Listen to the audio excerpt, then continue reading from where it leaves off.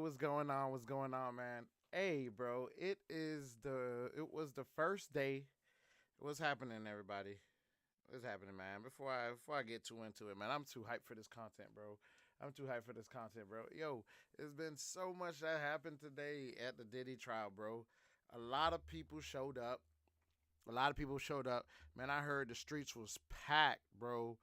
I heard the streets was packed. Um, a lot of people showed up to this trial here to kind of figure out what's going on. Um,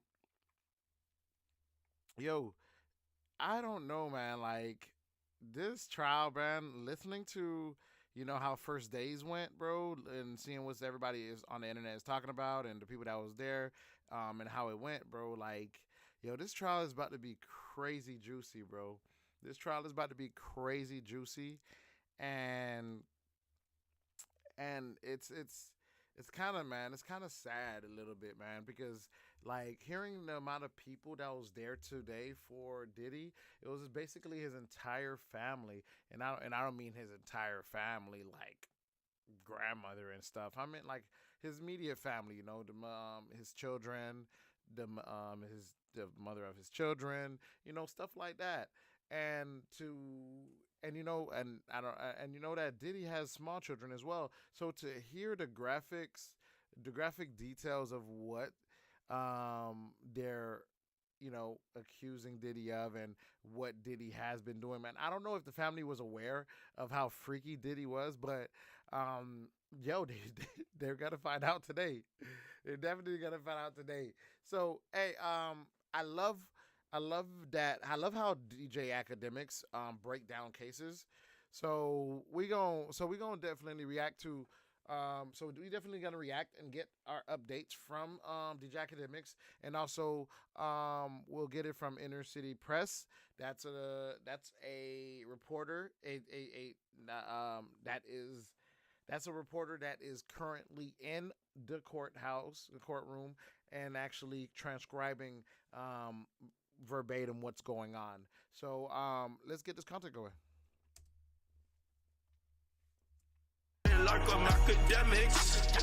To the details. Okay? Now, opening statements happen. Now, remember, they were at 43 jurors. They had to whittle it down to 18. They did that rather quick this morning. Both sides had what they call preemptive strikes, where they could basically, it's like a red flag or a yellow flag. Throw it on the plate. Yo, get this motherfucker off the jury pool. They got to 18, and immediately those people got sworn in, and immediately the jury is now seated and is going to be sitting for the duration of the Diddy trial. So what usually happens with the trial, the judge goes over the case, basically says why everybody's here, also explains legally, the ramifications of jury selection and whatever, and also what this person is potentially facing in terms of his freedom, and then basically goes into how it's going to work. Then we obviously see opening statements by the prosecutor and also the defense. That's basically a summary, a pre-summary.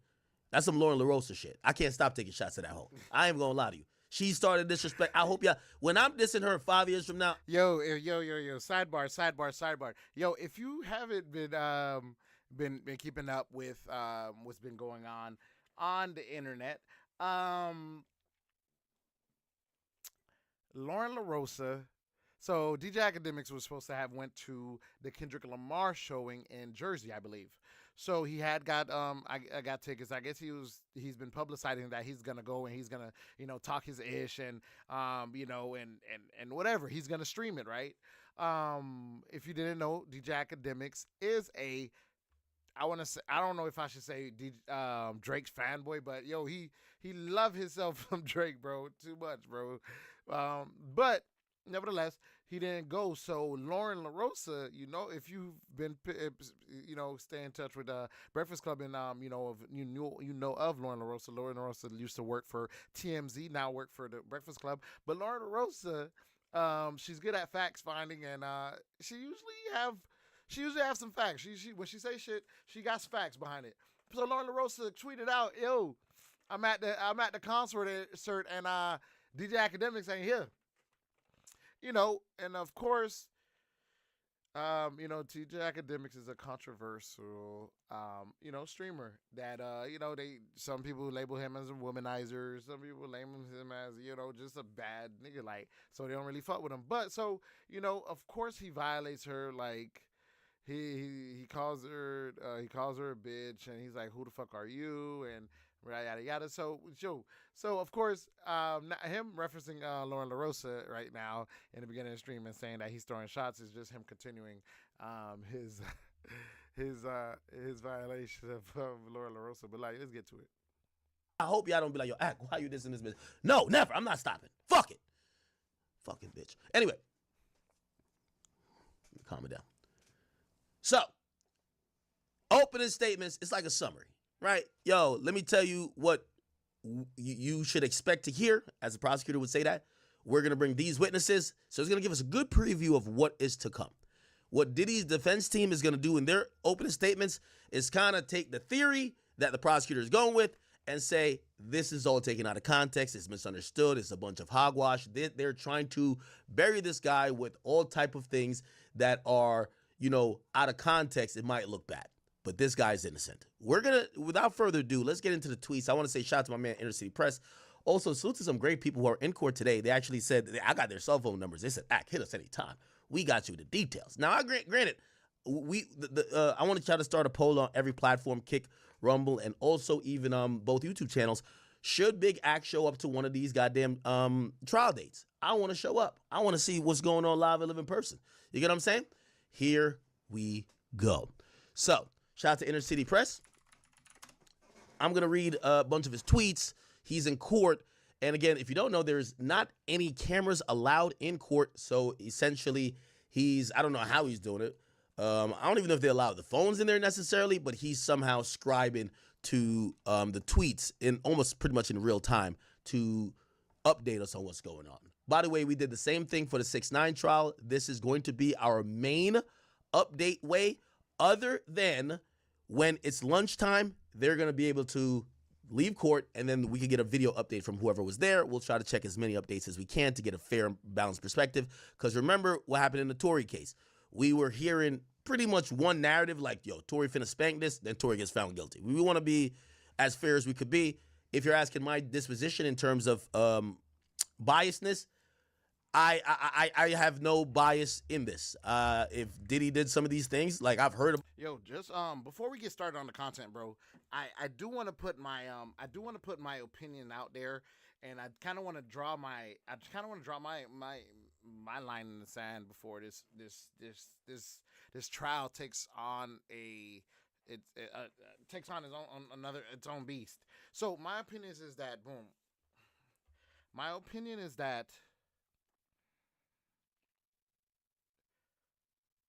I don't think they're gonna find Diddy guilty of these crimes. That's one. I feel like this is going to be a mistrial. I feel like the jury is going to have a hard time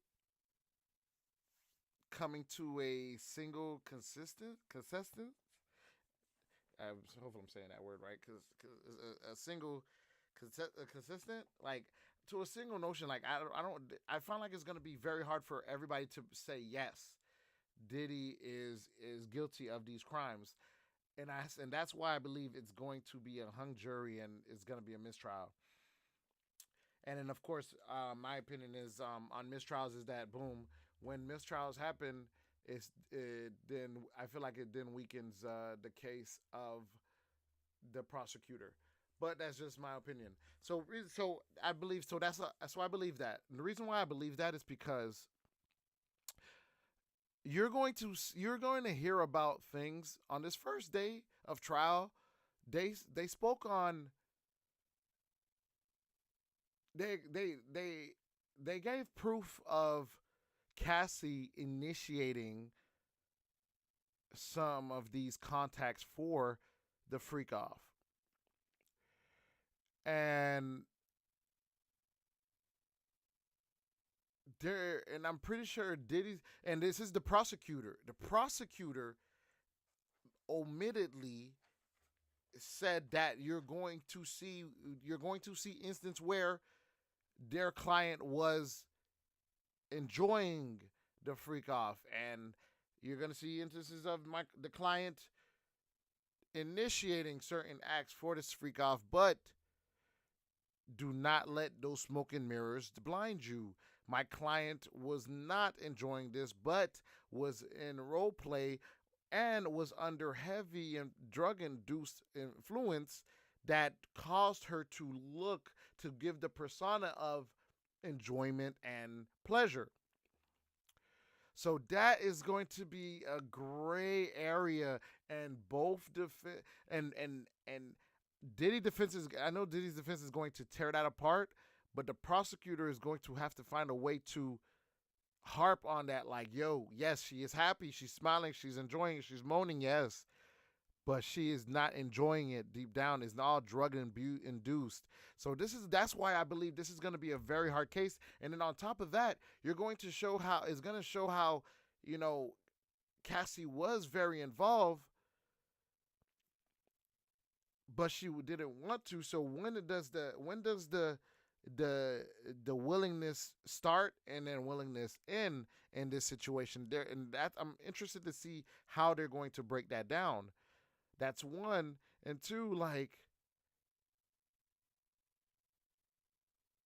Cassie was young. I think it was a 17 age year, and 17, yeah, a 17-year age gap between them. So of course, Cassie was willing to do anything for this man. But of course, that's a lot of 19-year-olds. They would do anything as to harp on a 19-year-old Shannon Sharp's girl that was doing anything for him and did any type of role play and everything. It's the same thing for the Diddy case.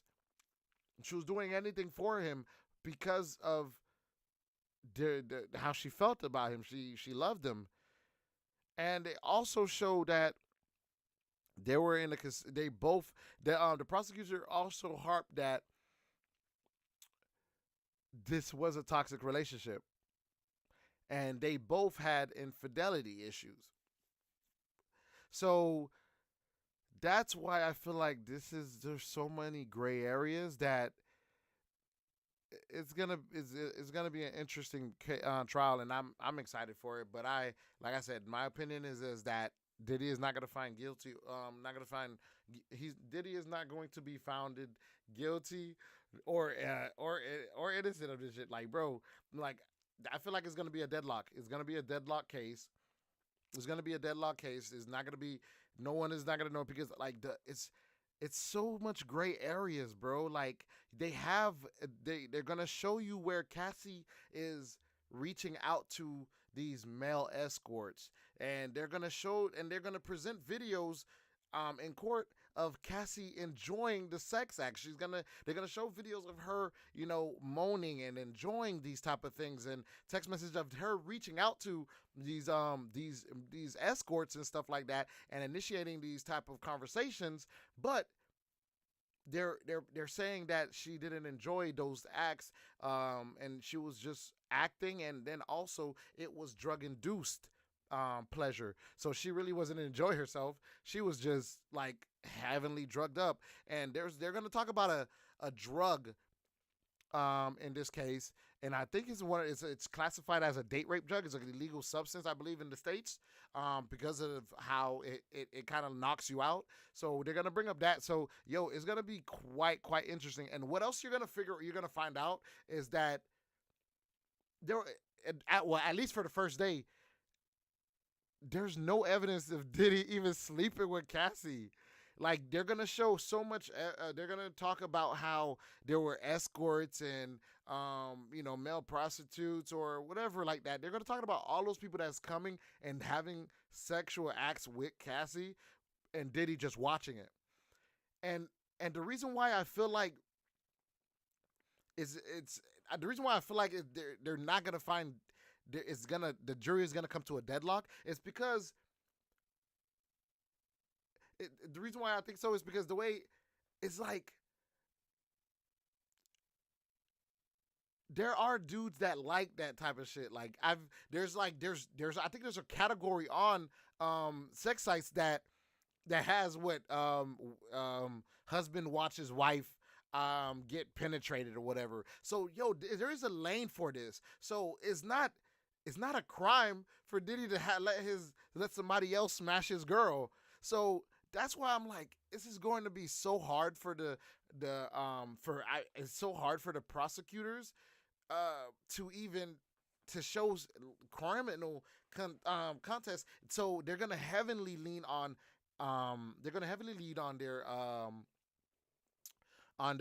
their witnesses. I so there's so and Diddy paid off a lot of people. So basically, Diddy had a lot of lawsuits, and in his lawsuits, I think his chef he settled with his chef. I think there was an ex girlfriend that he settled with as well, and they're gonna bring those things up, but Diddy, I don't. Diddy's defense is going to be like, he didn't pay these people off to shut them up for the sense of him not getting in trouble. He paid these people off for the sense of his business coming out, his bedroom activities coming out. So he ain't pay people off just to pay people off to get them to stay quiet. He paid people off just so we don't be having this conversation that we are having now. Shannon Sharp didn't want to pay somebody off, so now we are having the conversations that we're having about Shannon Sharp right now as well. So it's gonna be this is gonna be a battle between the prosecutors and Diddy lawyers. Also, what you're gonna see is that Diddy lawyers is going to say how none of this ever became a criminal case. All these were lawsuits and civil matters, meaning all the so-called victims, or whatever they are, none of them wanted to press charges. All of them just wanted to get a payout and be done with it. So remember, it's the state that's taking this to trial. It's not anything that's like, it's not. So the state that's taking this to trial is not Cassie or any of these victims trying to charge him with a crime. This is the state. This is just the feds trying to take Diddy down for a long-standing time of crime. So let's get into it. Diddy being this evil monster. So I don't know the nigga. I spoke to him once while he was in jail. Okay? Other than that, I ain't speak to him. I never knew him. In that he had some other type of, otherworldly powers to get people disappeared. Then we watched last night with Al B. Sure. He's saying that his mystery, coma, and stroke, he's blaming on Diddy. So and what they're charging Diddy with, to be very clear with, is one, prostitution, because like I said, having other people have sex with Cassie Ventura. 2, kidnapping, because it's being said that Diddy kept these people against their will for several days. 3, arson. Arson means fire and burning of property. They're saying that Diddy exploded Ken Cudi's car. 4, they're charging him with racketeering. Of racketeering in the grand scheme of things is basically you are a head of an organizational crime mob. You're the head of this, and they're saying that Diddy was the head of this, these horrible acts, and that he had other people working for him doing his bidding. He had his security guard scaring people. He had his assistant, persuading people. So they're charging him with that. So, bro, there's so many things they're charging him with, bro. And we're gonna see how Diddy's lawyers handle this shit. We have no idea. Anyway, let's get into this. So at 8:37 a.m., and this is East Coast time, and if you guys are wondering, no matter where you guys are from. By the way, real quick, everybody, we do need to do this. We do this pretty much, or I'm trying to do this every stream. I need everybody to check in. Where are you repping? Where are you from? By the way, I haven't ordered my 2 coffees yet. For whatever reason, McDonald's will not deliver before 5 o'clock today. I don't know what the fuck's going on. So I have to schedule for 5. So I won't get coffee for 4 hours. So keep me up. By the way, if you realize, me with coffee and stream, way better. So I ordered 2 black coffees, but I haven't gotten Won't get here for a while. Anyway, so everybody check in. I don't care if you're from Wisconsin, if you're from LA, if you're from Seattle, the fuck you're from in the world. Shout out to my people, Toronto, Mississippi, Boston in the building, California in the building. Ooh, that's where I'm from, born and raised. Place Las Vegas, Vermont. Someone said I'm that do another rant. Boy, I see all y'all in here, New Orleans, Kinshasa, Congo, and Alabama, Houston, Florida, of course, Louisville, Kentucky. Is from Egypt. You know, as much as this trial is not being streamed, this is where we've covered this trial. Every update, we could give as much details. We're trying to do it live. And by the way, if you're thinking about should I go to the trial, this is the advantage. I get to cover, I could, in between tweets, we could go look something up, look at old interviews, videos, see how it all connects. Anyway, let's get into it. So 8:37 this morning, Sean Combs has still not been brought into the courtroom. The lawyers are milling around. Brian Steele, shout out to Brian Steele, who's, by the way, I think he's like third chair on the attorney list. He comes up to USA. Of course, if you didn't know, Brian Steele is the attorney that was on the Jeffrey's case, Young Thug's case in Atlanta when it was when they were trying to charge him for racketeering, and he got him off with a good deal. AUSA Maureen Comey, which is the daughter of former FBI director James Comey, to shake hands. Okay, so, got to shake hands with the ops before you slaughter them.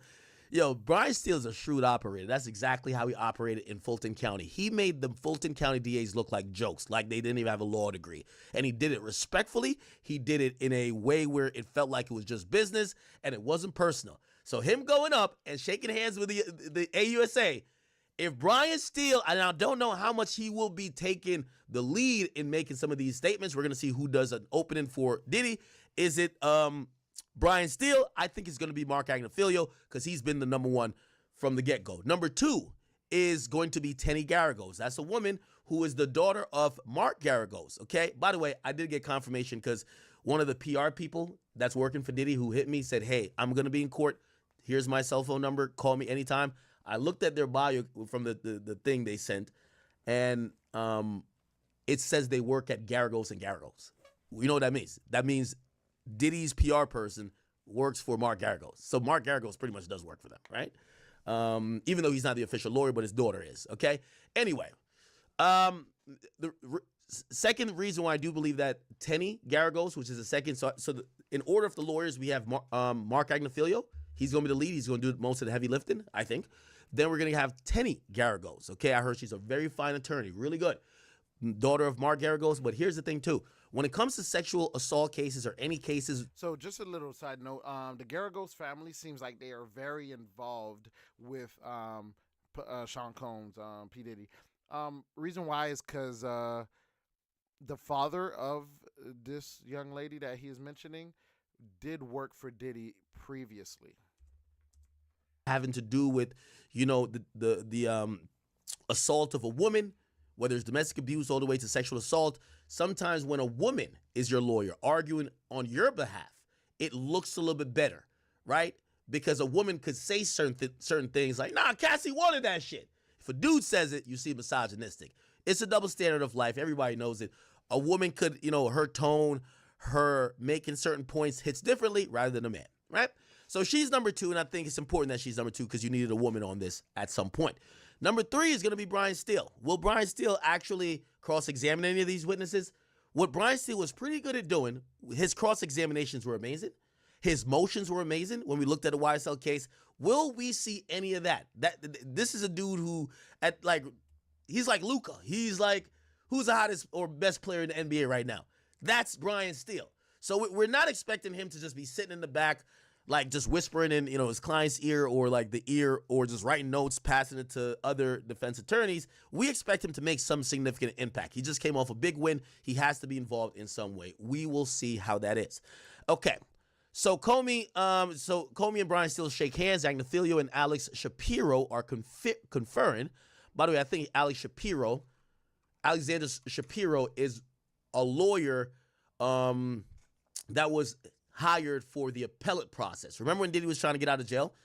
When Diddy was trying to get out of jail, the magistrate, not only the magistrate, which is an intake judge, the district judge, which is a submarinian, that guy, he denied Diddy's bail appeal, right? So what happened was they went to appellate court, and this is how it works in federal court, but it works like this kind of almost in state court.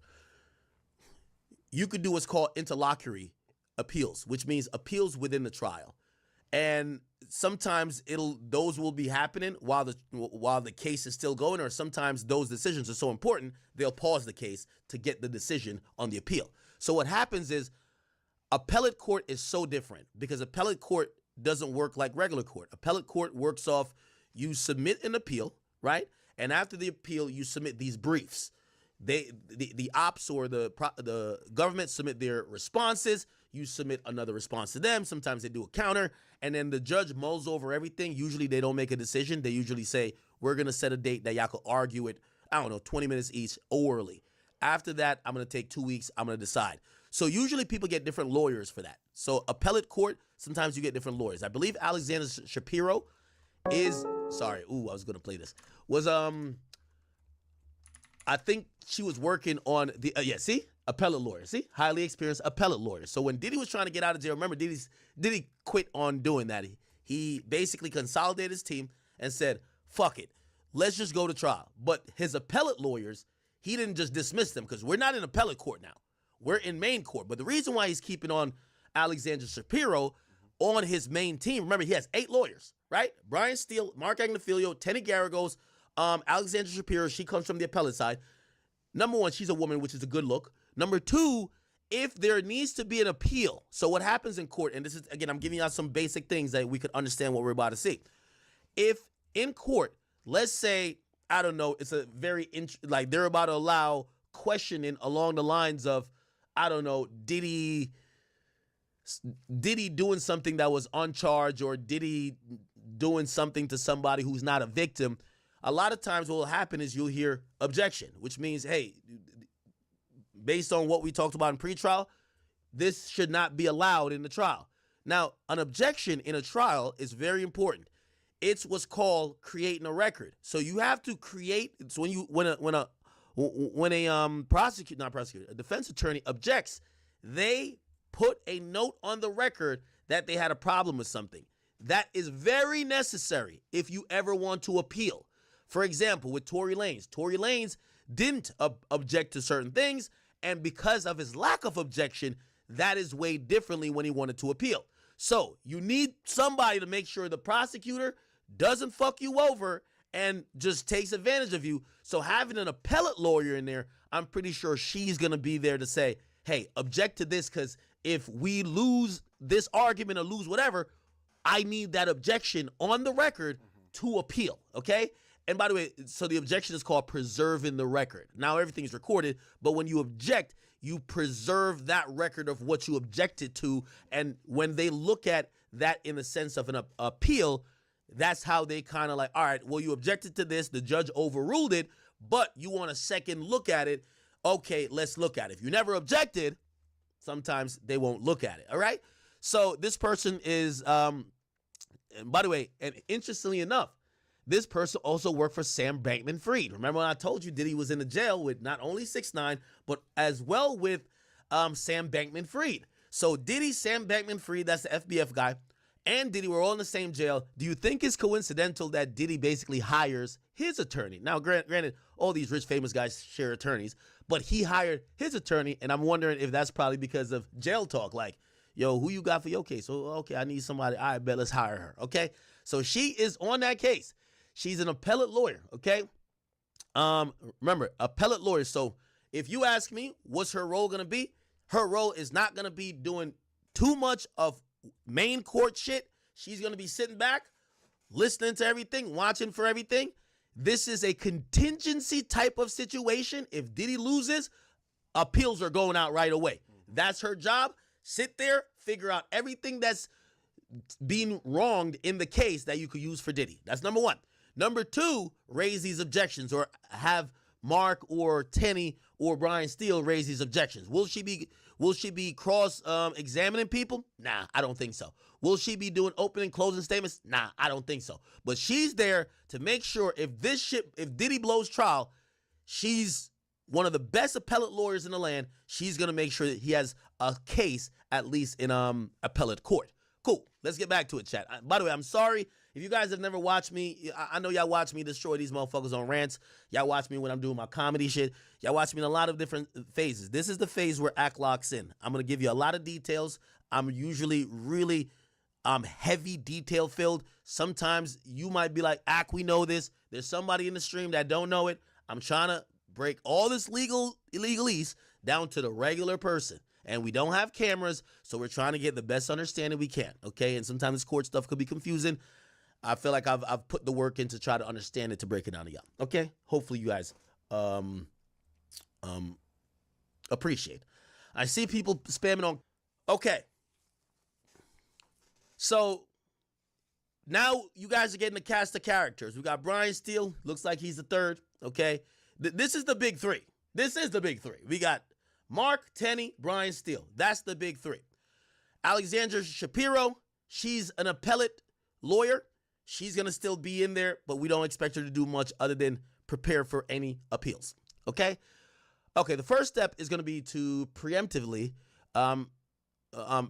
challenges to 45 prospective jurors. Okay? 8:53, Sean Combs is now in the courtroom. By the way, they're on time. This is federal court. One thing about federal court, they have a reputation for going fast.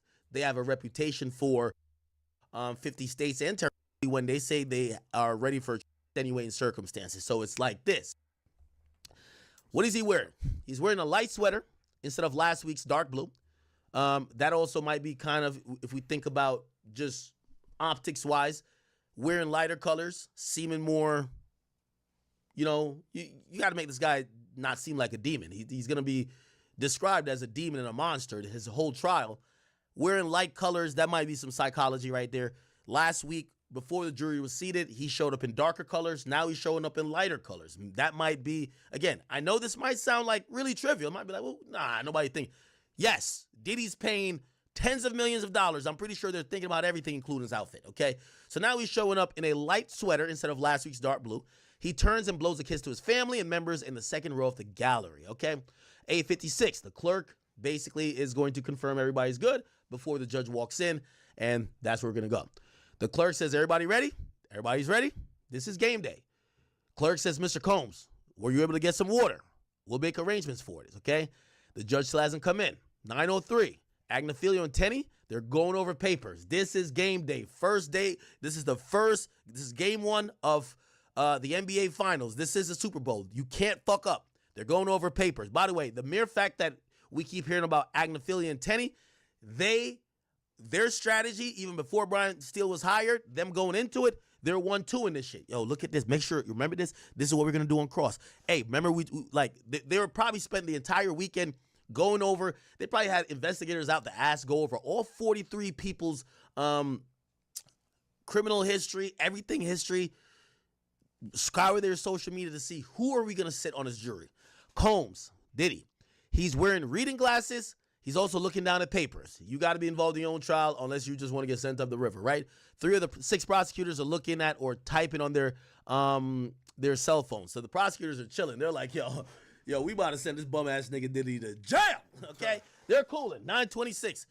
The Combs lawyer, Agnifilio, and prosecutor Maureen Comer are the only ones in with Judge Summoranian, presumably doing the preemptive strikes to the jury pool, okay? In New York State Court, this is all done in public, in a courtroom, on the record. Wait for announcement of jurors. Okay, so it looks like they may have done it in private, but this, inner city press is saying in state court, usually this is done in public. So at 9:34, we're off. Judge says, good morning. We're here for preemptive challenges. Okay, or there was a part that was done in private, I guess, because they're doing some of this is on public. AUSA Comey says, we strike juror 51. Agnifilio says, we strike 52 and 106. Comey says, we strike 216. Agnifilio says, 157 and 112. Comey says, we strike 118. Agnifilio says, we strike 127, 131. See, so they're basically just chopping them down. Comey says we strike 81. Agnifilio says 149 and 20. Comey says we strike 160. By the way, the preemptive strikes, you don't have to give the reasons, right? Before, the judge kind of had to do this with cause, like, hey, well, why don't you want them to go on to the next round? You make your point, and then they might be like, the judge might be like, hey, could you be fair? And if the person said yes, they would pass them on to the last round. This last round is where you could just, you don't got to give no explanation. Get the fuck off of the jury, you know? But the other side could do it as well. Okay. Comey says the defense was only supposed to strike one this round. Okay. Agnifilio says, okay. So apparently there's a structure. Hey, this round you can strike 2. This round you can strike 1. This round, and they're gonna whittle down till they get to 18, and whoever's not strike, that's the jury, right? So Comey, which is the daughter again of James Comey, which is a former FBI director, and her name is Maureen Comey. She brings up a point and says, hey, wait, breaking the rules. Agnifilio was only supposed to strike 1. He's trying to strike 2, which is 22 and 84. And Mark makes a decision to only strike 22. Then Comey says we strike 163. Then Agnifilio in the next round uses the 84 that he was trying to strike in the same round. Comey says we strike 220. Agnifilio says we strike 25. Comey says I believe he was supposed to strike in the alternate. Agnifilio said, okay, so I guess they have like a situation where there's possible people for alternates and possible people for the pool. Agnifilio waits for a second, confers with Nicole Westmoreland. Okay, now this got to be like a lawyer that probably was involved, or a jury specialist lawyer. Let's see. Sean Diddy adds another woman, which is a black woman, to his case. Her name is, it says Sean Diddy has added a team. And then it's very interesting to see women joining his team while he's being accused of some heinous acts on women. So that kind of gives him a good face. His high-powered lawyer is a black woman attorney who in 2009 sued a well-known member of the hip-hop community after surviving sexual assault. Nicole Westmoreland, who runs her own firm, joined the rap mogul's defense team this week with a notice of attorney appearance landed in the case docket as jury selection went on the way. Her sole job is probably, as someone who has survived sexual assault, this and third, probably she could notice a few things about the jury pool, help advise them as who they should strike, who not to. Don't know what she's on for the whole case, but we don't know what her involvement is going to be. But we do get her name brought up because she seems important with Agnifilio figuring out who to get off the list next. So she looked like she had some research done. So they then strike, they strike 218. Comey strikes 324. Agnifilio strikes 240. Comey strikes 281. Agnifilio says one moment. And then he says, I note that the government has struck 7 black people out of 9 strikes. Ooh. By the way, I know you might be like, why they're saying this? Everything said here is on the record. Everything is on the record. Remember what I said, with objections, you preserve the record. But everything said in open court is on the record. He knows the press is going to hear this. He knows that they're not only fighting the biggest fight is the judicial court, but you're also fighting a court of public opinion. This is a great piece for media to grab. Yo, 6 white women that are prosecuting a black man struck 7 black people out of 9. So the white women don't want to see no black people on his goddamn case as jurors, right? And again, that plays good for the narrative. Again, at the end of the day, we're past the point of public court or the court of public opinion. It's all about what's going to be decided. But he made sure to note that, and he's noted on the record. Okay, cool. Agnifilio says, by the way, judge says, I'll give you a chance to raise that, but let's continue, okay? By the way, the reason why he's also bringing that up, remember, you got your appellate lawyer there, right? That could be a conversation about maybe some type of prejudice in how the prosecutor is conducting this whole, trial, or their attempt to conduct the trial. If they're trying to make sure a black man getting tried by supposedly his peers, none of the peers is black, okay? Think about it, right? So cool. The judge says, I'll give you a chance to raise that, but let's continue. Agnophilia says, all right, cool, we're striking 307. Submarinian says, our jurors are going to be 2, 5, 25, 28, 55, 58, 75, 116, 160, 184, 201, 217, 230, 234, 247, 292, 321, and 330. By the way, let me just tweet this out real quick for anybody who's on X. I got to stop using my X to be for bum-ass bitches. X9. And we were going over his case. Biggest streams ever for me. So we had all the shit. Let me just tweet out this fucking link. The judge says an application has been made under Batson. Miss Comey, now the white woman who's the daughter of former FBI director James Comey, he says, no, we're neutral. She says we're neutral. So she's saying, now we're not racist, right? An application has been made under Batson. Let's Google what that is. We gotta understand everything that's going on. Batson, I guess Batson versus Kentucky. That's probably a court case. Yep, Batson versus Kentucky. Let's see what this is. Oh yeah, in a landmark case, Batson versus Kentucky, the U.S. Supreme Court ruled in 1986 that a prosecutor cannot use preemptive challenges to exclude potential jurors solely based on race. Woo! Hey, Submarinian. He's on his shit as a judge. Obviously, this is your job. This is your life's work. You know, when you get anointed or appointed as U.S. district judge, you serve for life. He's on his shit. He knows exactly what court case this would refer to, or a historic court case that went to the Supreme Court. So Batson versus Kentucky was a case that the Supreme Court listened to, and they ruled in 1986, if you as a prosecutor try to use your preemptive challenges in a racial way to get out all the black people, all the Mexicans, whatever, that is wrong, okay? And by the way, it challenged the removal of these jurors. Basically saying it created an impartial rule. By the way, here's the reason. In a 72 decision, the Supreme Court held that while a defendant is not entitled to have a jury completely or partially composed of his own race, the state, and by the way, the Supreme Court was operating, remember the Supreme Court is the highest court of all the land. Even state courts get to the Supreme Court.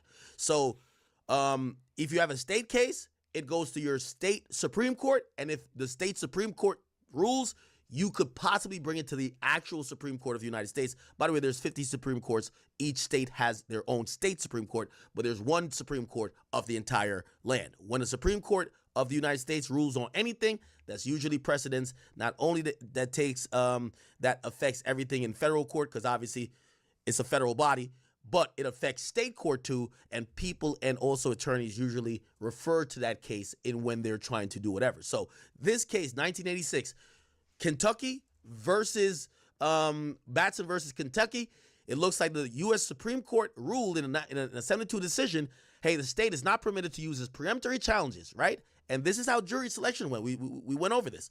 We have a couple of different rounds until they whittle it down to usually 12 jurors and then maybe 4 or sometimes, in this case, 6 alternates, right? They're saying the preemptory challenges can't be automatically used to exclude potential members just because of their race. The Equal Protection Clause guarantees the defendant that the state will not exclude members of his race from the jury on account of race or false assumption that members of his race are not qualified to serve. So I think that's a great, and by the way, again, chat, this is going to be chess. It's showing you, number one, Diddy's lawyers are prepared. They wanted to raise this on the record. Whoa, hey, 7 out of 9 of the people that they have disqualified are black. What's up? Cool. They bring this on the record. So now it says an application has been made. So the judge is now saying, and this is where all the appellate stuff is going to come in. Because now the judge is saying this is on the record. There is going to be further conversation about this, that if you get found guilty, this is a great thing to bring up on appeal. And also you could say that we did say this was not cool during the trial. The judge made a note of it. We're good. So Diddy's lawyers, Agnophilia, as much as I thought he was like kind of stupid, not really stupid, but because I know he's smart, but he said too much. He wasn't a good PR lawyer. In court, he's doing his thing. Okay, he's doing his thing. Comey, she says, nah, we neutral. Okay, bet. Comey says, juror, so she's now trying to explain herself why she ain't racist. Juror 51 knew 17 of the names, appeared to have seen Making a Band, which is a show Diddy did, has a relative with law enforcement issues. The next strike, he harassed a police officer and didn't report it. Had a sister, his sister had an issue, and this clears the bar. There are good reasons, okay? Juror 81, we think they claim to have special knowledge of bipolar. Okay, so she is explaining herself. He said it was inevitable. He'd lose 30% of his income, but wants on. So we struck 163, I believe, for cost due to English. Yo, that is a funny dude. That juror, that juror they talking about, juror 161. They say he said he watched news about the case that morning. He said it was inevitable, and he said it was inevitable. Actually, he'd lose 30% of his income, but wants to continue. Basically wants to continue this trial. He has an agenda. Like, yo, first of all, why would you tell him that? That's very noble of you for doing that. But two, dude, you about to lose 30% of your income and you still willing to stay on that trial, bro. They did right by getting rid of your ass. Like, it's either you going to you doing this shit for clout,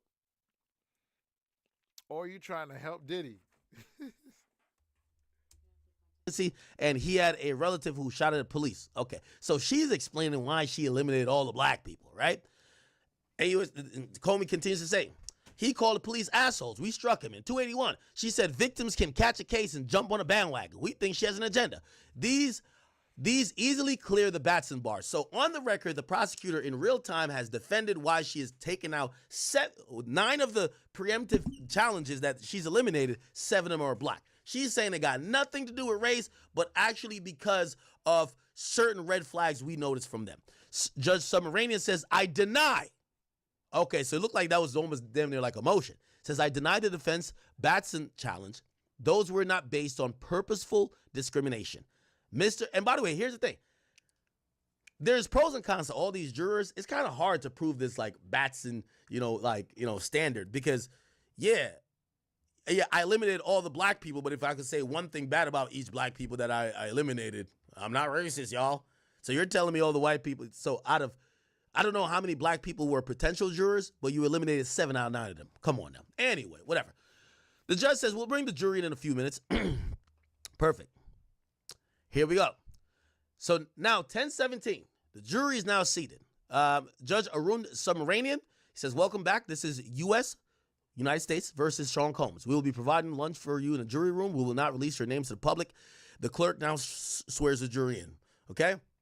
The judge says questions are not evidence. Only answers given by the witnesses and documents are evidence. You can consider circumstantial evidence like someone walking in with a dripping umbrella. You could surmise it's raining outside even if you don't see it. The judge says that, by the way, this is instructions I was telling you was going to happen. That a witness uses a pseudonym doesn't mean that their testimony is any worthy of less weight. Why does this matter? There's going to be, on the record, some people are going by Jane Doe. So there are going to be certain people who are not going to be called by their real name. Cassie will be called Cassandra Ventura, but there's other people, they will be called Jane Doe. And it will be listed on the record and in transcripts, and I don't believe their real name will ever be used in court. It's trying to protect them and their supposed victims. Says, during the trial, do not read or view anything and listen to anything about a case. Don't post anything. Once the U.S. rests, the defense can present. So they're saying defense first, prosecutors or AUSAs first, then we're going to go to defense, should he choose to. By the way, not in all cases has defenses chosen to produce or provide a response. For example, the guy who killed young Dolph, Justin Johnson, straight shooter, whatever his name is, they had, as soon as the prosecutor finished doing their case, they rested. They said, we don't have a defense. There's no defense needed. We did our cross on their case. We don't want to put nothing else into the air. Of course, that nigga got found guilty. Okay, life. Anyway, so I think that's a bad strategy, but I'm giving my opinion. Right? Let's stick with the facts. AUSA Johnson says this is Sean Combs. So this is now, it appears, opening statements because now we're finally hearing AUSA speak. Right? This is the prosecutor. Now, interestingly enough, Maureen Comey, who's, again, daughter of James Comey, former FBI director, she's not going first. I thought with all the, she was really heavy in jury selection. So is Mark Agnafilio. I thought she was the lead. We heard she was the lead, but we're now hearing AUSA Johnson, which is somebody else. Let's look up that person. AUSA Johnson Diddy. By the way, it's important for us to get a look at these people. So this is Emily Johnson. AUSA Emily Johnson. AUSA Emily Johnson. This is the person who's speaking first, and this is her right here.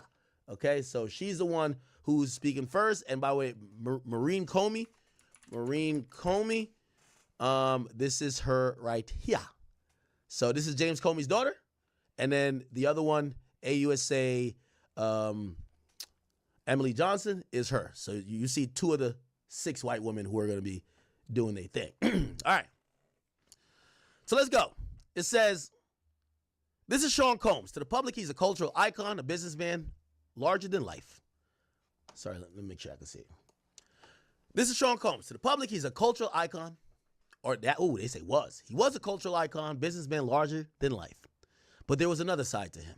You will hear about the 20 years of defendant's crimes. He had a team to help him.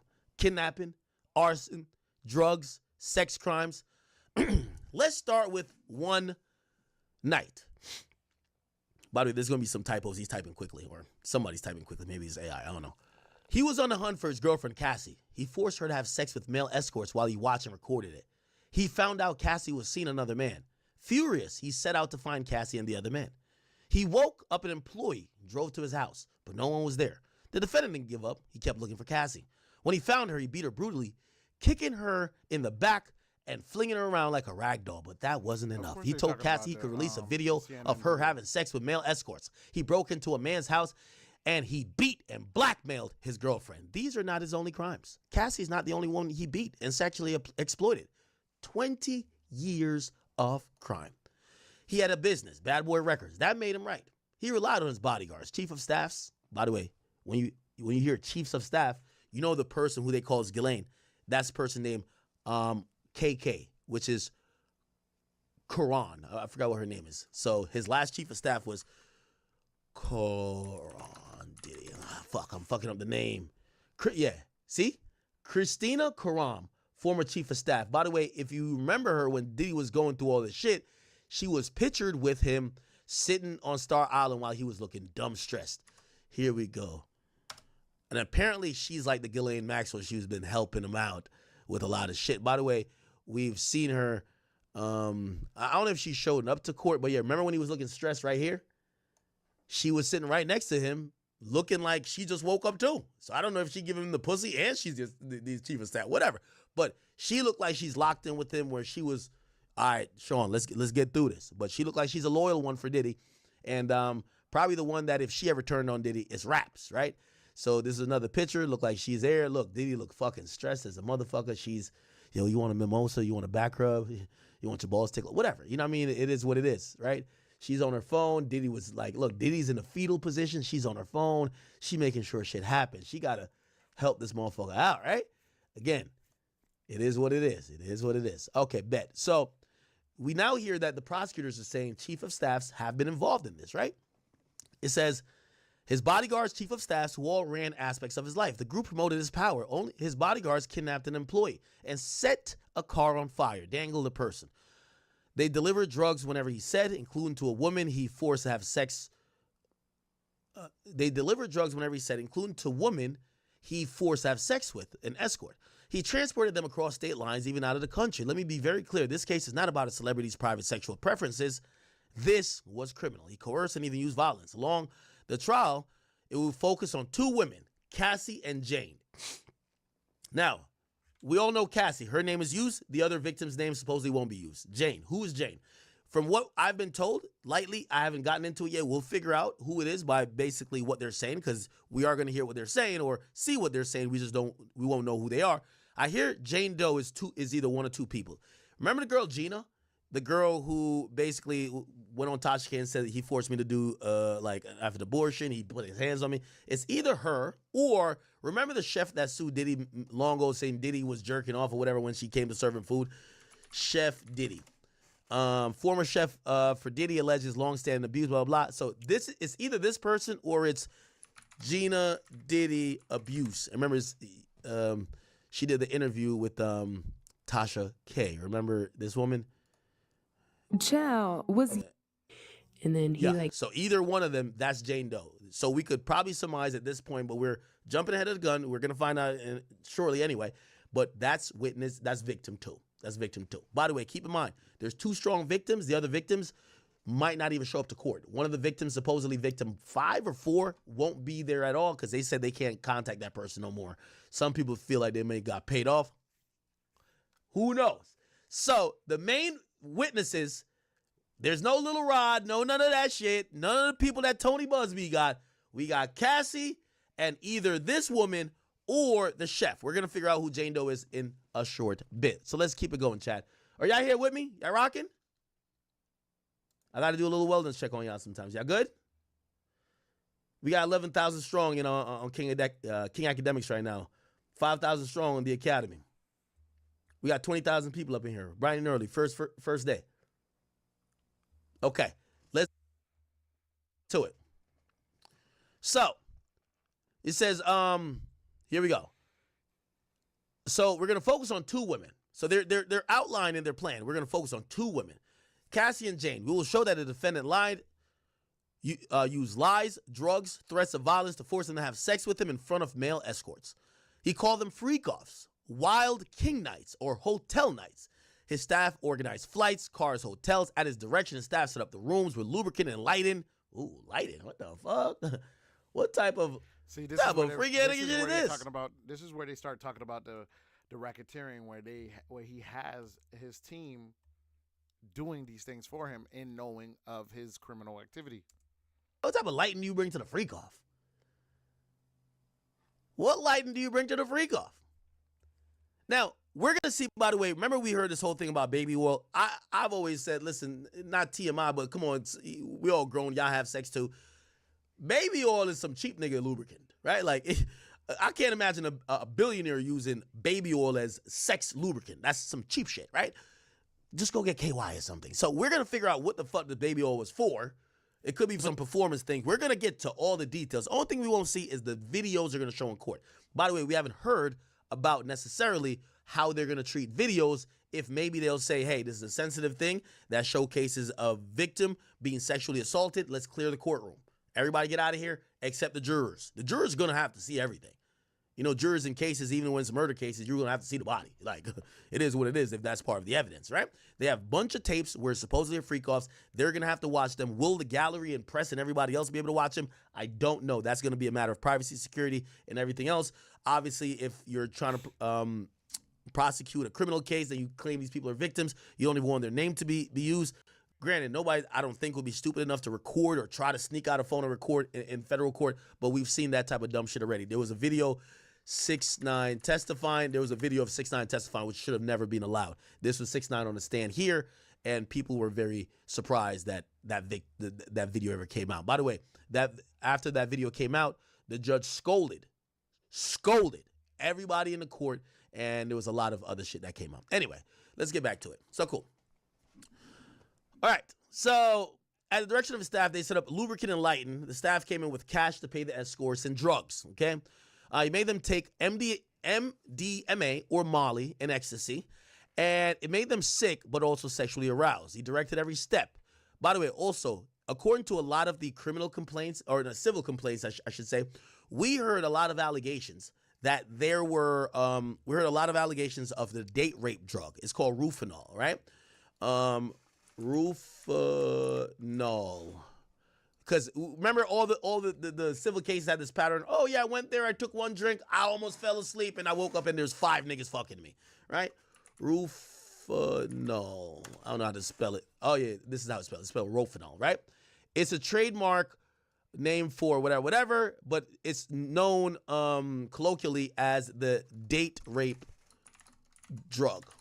So we're gonna find out if the prosecutors do have any type of proof that Diddy was using anything to drug women. Now, granted, we're not here to defend Diddy. We're only here to go over facts. What we have heard, even through maybe a few minutes of opening statements, did Diddy provide drugs? Yes. Was it the drugs that people expected? We don't know. Did he use something that was out of the ordinary to get somebody in an induced, sedated state that they could be taken advantage of? We haven't seen proof of that yet. However, there's about 80 complaints that claim they had a way to put it in the Ciroc, to put it in whatever. Again, we're at trial.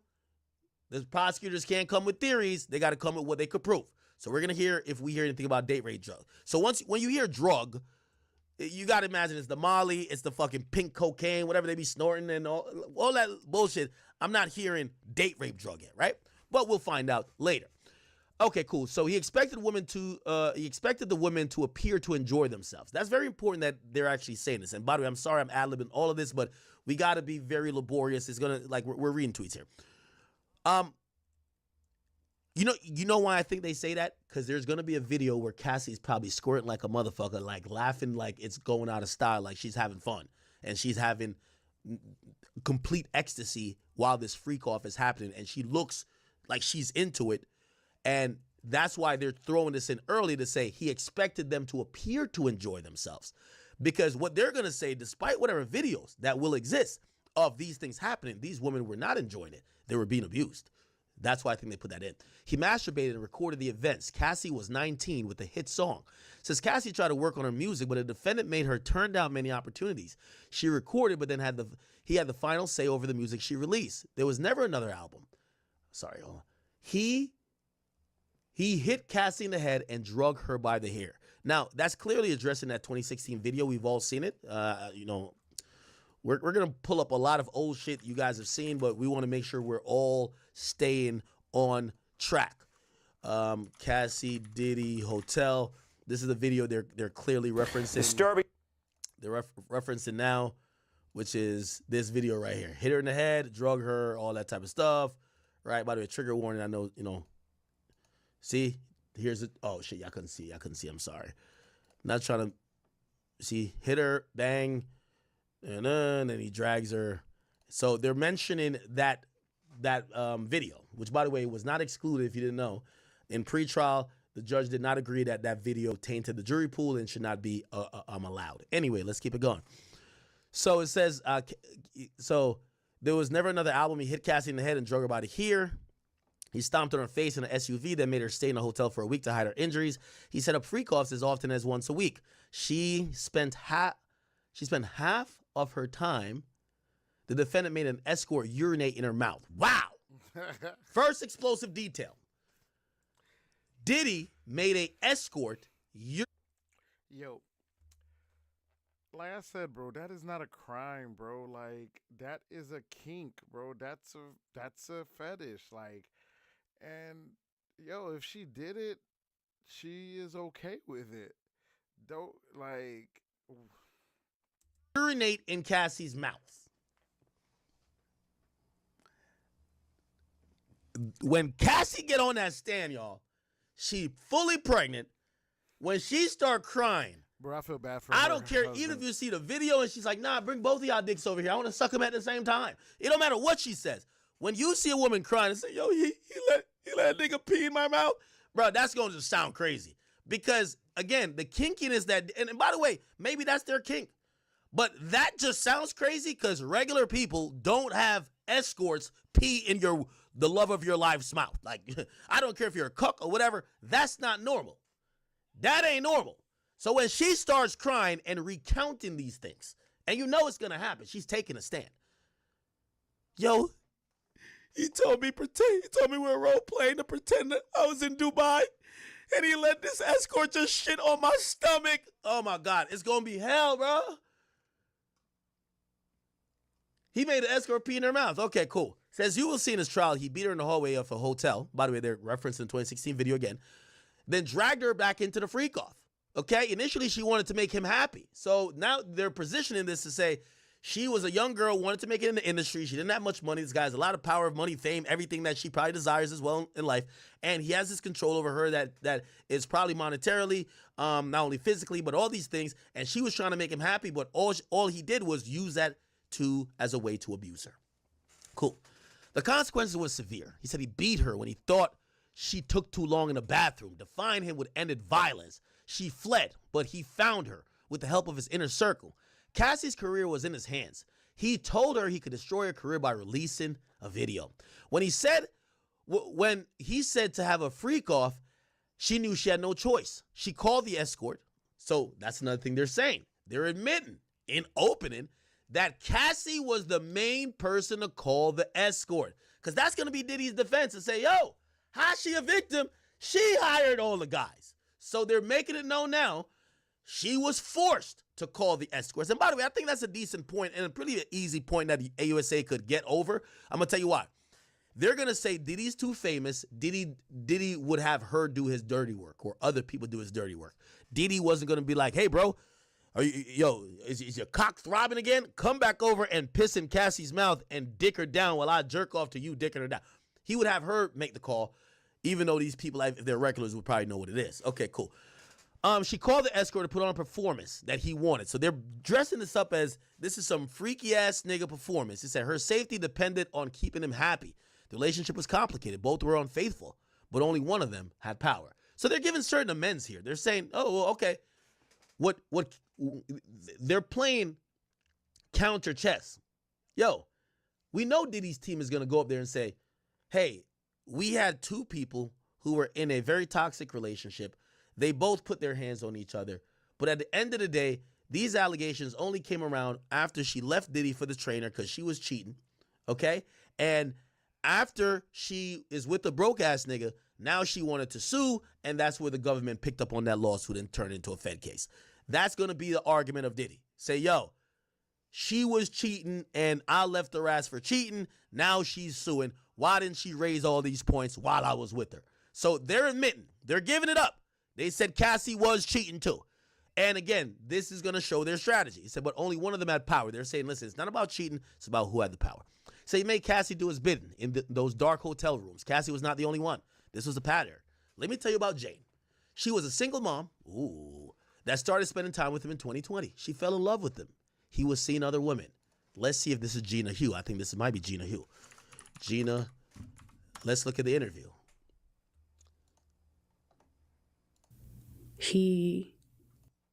Let me go back to the full interview, and I think this interview is going to. This is part one. Cool. Here we go. Here we go. And Diddy. So if she met her, if she says in this interview I met him in 2020, it's her. Remember, she was right before Young Miami, right? By the way, we have no clue if Young Miami is going to be a part of this case, listed as victim, witness, or has been subpoenaed. She probably did get subpoenaed maybe in a grand jury setting, or she at least talked to the cops. Like, we got to be realistic here. We're not going to do the whack 100 like, oh, yeah, the feds are investigating the whole thing, and they didn't talk to you. Now, they definitely talked to Young Miami. That's a fact. Nothing really transpired during that meeting in Miami. No. Okay. Nothing. So, no. In Vegas. In Vegas. Yeah. Okay. So he was trying to holler in Vegas. Yes. Okay, here we go. Okay. So I want you to be patient with her. Once the getting is over. Yeah. So, all right. So I want to start from the beginning, okay? Because we discussed a lot over the phone. Mm-hmm. Some very, very intimate details and things that just kind of made me go, wow. Okay. About the specifics of you and Diddy's relationship. So I want to start from the beginning, okay? Okay. How long have you known Diddy? I've known him for 5 years. 5 years. Yes.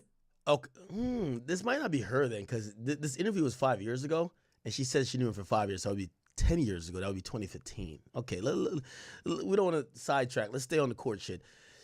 She said she started spending time with him in 2020. Doesn't mean when they first met. She fell in love with him. He was seeing other women.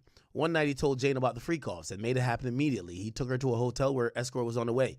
He directed her step by step. Jane thought it was a one-time wild night. She was wrong. He continued offering a real relationship. Jane wanted the escort to wear condoms, but the defendant did not let them. Jane tried to make it through the night without drugs. The first time she broke down and took ecstasy to finish. Another time she vomited, but he said, go do it again. Jane found 2 men and invited them to join the freak-offs. Thought she wasn't with it. Whatever. So she could choose them. Okay, so she said she ended up start picking the guys because Diddy was just picking whoever, and if she got to do this, she would rather pick the dudes. The defendant discouraged her from working. He had the power to coerce her back into the hotel rooms. He threatened her with the videos. Not even a year ago, he went to her house. Ooh, wow. She was angry. She hit him. So they're admitting that some of these people have been violent with Diddy. He became enraged. She tried to hide. She locked herself in the bedroom. He kicked it open. Then the bathroom, the closet, the guest bedroom. He kicked her to the ground. He did not let Jane be. He said, "You're not going to fuck up my night." He said, "Call up an escort and perform." Jane followed his instructions. His violence got him what he wanted. Cassie will tell you about the time the defendant forces himself on her. The AUSA, Mia, and employees will tell you how the defendant forces him on her, hand up her dress, penetrating her amidst all this violence. He and his inner circle worked to cover up his crimes. The video at the LA hotel, you will hear how just far it went. The defendant offered hotel security a wad of cash in a brown paper bag with $100,000 in $100 bills. The inner circle kept Cassie in hiding for days. For all of this, he's charged with multiple federal crimes, racketeering, conspiracy. Cassie and Jane will tell you about the most painful experiences of their lives. You'll hear from some of the defendant's employees, including his personal assistant, Mia. Oh my God. So his personal assistant flipped on him. Now we're getting the tea. Sorry for saying that. Sounds gay, right? Mia Diddy. Who's that? Mia? No, not MIA. No, not MIA. Personal assistant MIA. Oh. Okay, we'll figure out who that is in a second. Give me a second. So his personal assistant, who he sexually assaulted, she's grappling with it. You will hear from the employees he forced into the SUV with a gun from a chef. That's the chef, by the way, I was telling you about. Remember the chef? The chef that worked there. They were working punishing hours at times without sleep. They bought drugs from him. They were expected to keep quiet. Some of these witnesses have already received settlements. Ooh, Diddy has cut settlements. Obviously to Cassie, but clearly to other people. Actually, I think the chef got settlements too. Chef Diddy settlement. I think there was a settlement as well. Yep, they settled. Yep. Diddy's former personal chef settles work claim suit. Ooh, okay. We're getting into it, y'all. So it says, they're expecting some of these witnesses, and remember they say witnesses, not victims. So the chef would be a witness, not a victim. AUSA also says, you will hear from some of the escorts. Ooh, the escorts are popping in.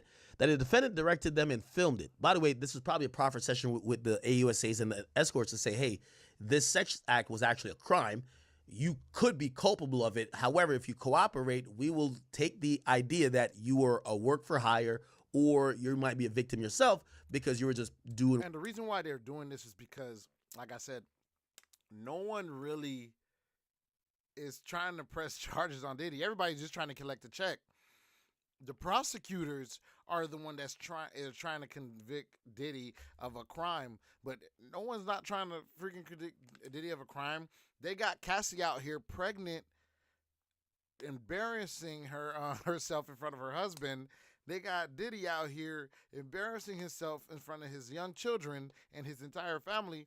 Bro, that's why. So it's like, yes, a lot of these people have been paid off and settled by Diddy, but the prosecutors are summoning them, and they're forced to be what you were told, and you were being told to necessarily create. Because think about this: if these women are saying they didn't want to do it, and the escorts are the ones fucking them or peeing in their mouth or whatever the case is, the escorts are doing a crime. However, look like the AUSAs and the U.S. government's, their perspective is saying, okay, you were only doing this at the direction of this person, and for what you knew, it was all consensual. Right?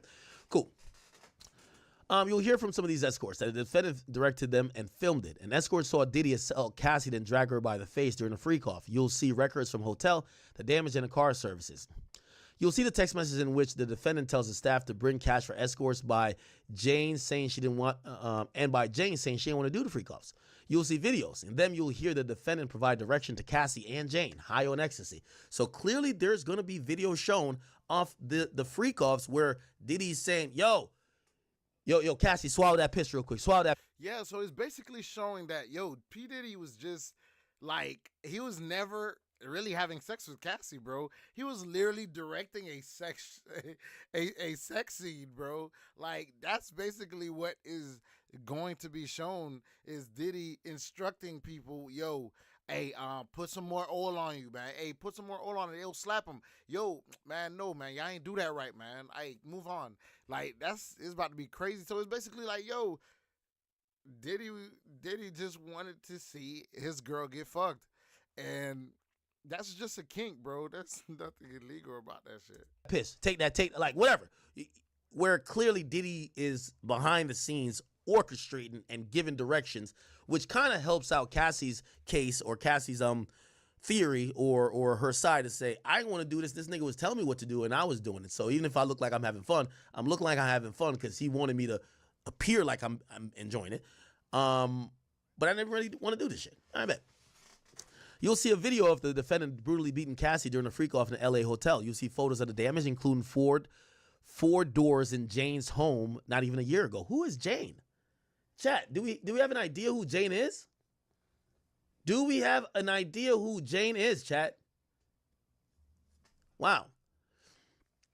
Because he says as last year. So that's 2024. Who is Jane? Now, this is Jane Doe 1. If we don't expect there to be other witnesses or victims that's going to be testifying. So the other three, they're going to be named, maybe a statement that they whatever, but they're not going to be testifying supposedly. That's going to be interesting too because they're going to have to explain to the judge if you have 4 or 5 victims, why they ain't here, why it's only 2.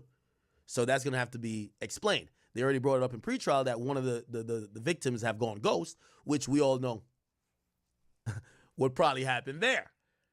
Who the hell is Jane? Somebody says Young Miami. I can't imagine it's her, even though it would line up. It would line up. I would think she wouldn't be a part of this because I know, by the way, sex crimes and there is no thing as snitching when it comes to sex crimes and domestic violence and shit like that. At least when I look at shit like that, snitching is for like y'all hardened criminals that do murders and shit like that. But I would think Young Miami don't want to be a part of this case. It felt like she never wanted to be a part of this case at all, but we'll see. Somebody said Mia, aka Miami. No. Mia is someone else, right? That's a personal assistant. Anyway, let's see. You will see the agreement with the hotel guard barring him from speaking after he got paid $100,000 for the video. You'll hear him manipulate Jane into saying she wanted it. His threats to not pay for her home and text to his staff about it. Ooh, so Jane, he was paying for her home, and he was telling the staff, I'm not paying for this shit if he doesn't get his way. He says, I actually do 3 things. Pay attention to the evidence, follow the judge's instruction on the law, use your common sense, and you'll reach a verdict that Sean Combs is guilty. The judge now says, who is going to speak for the defense? Interestingly enough, and this is a great strategy, this had to be a hell of a pregame strategy, right?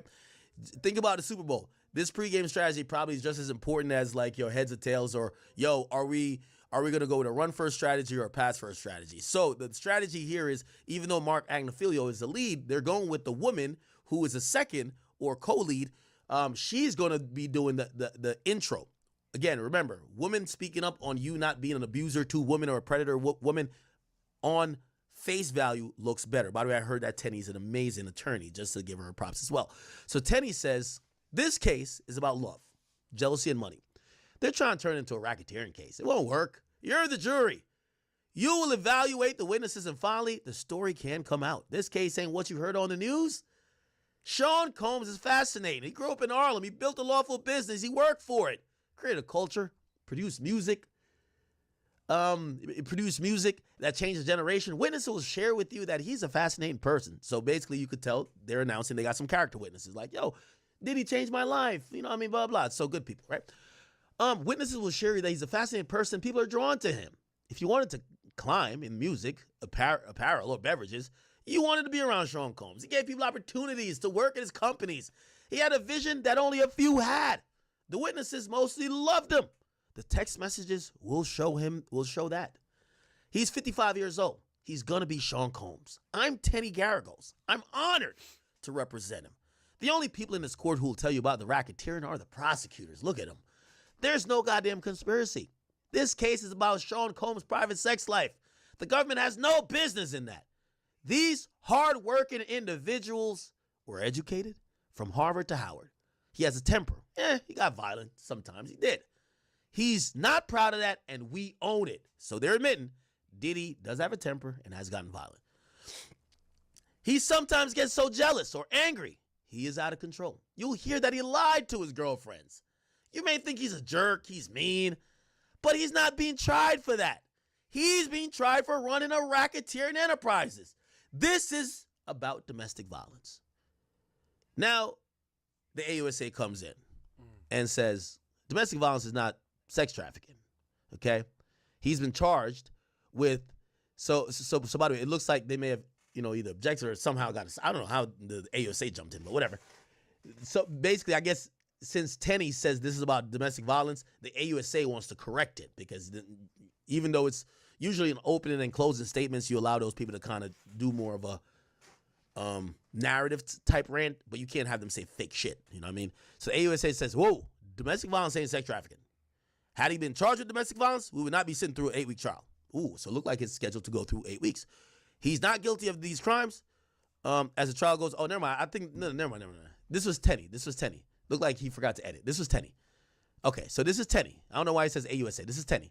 So he made a mistake. He said it on the next one. Tenney, not AUSA. So this is Tenney. It says domestic violence is not sex trafficking.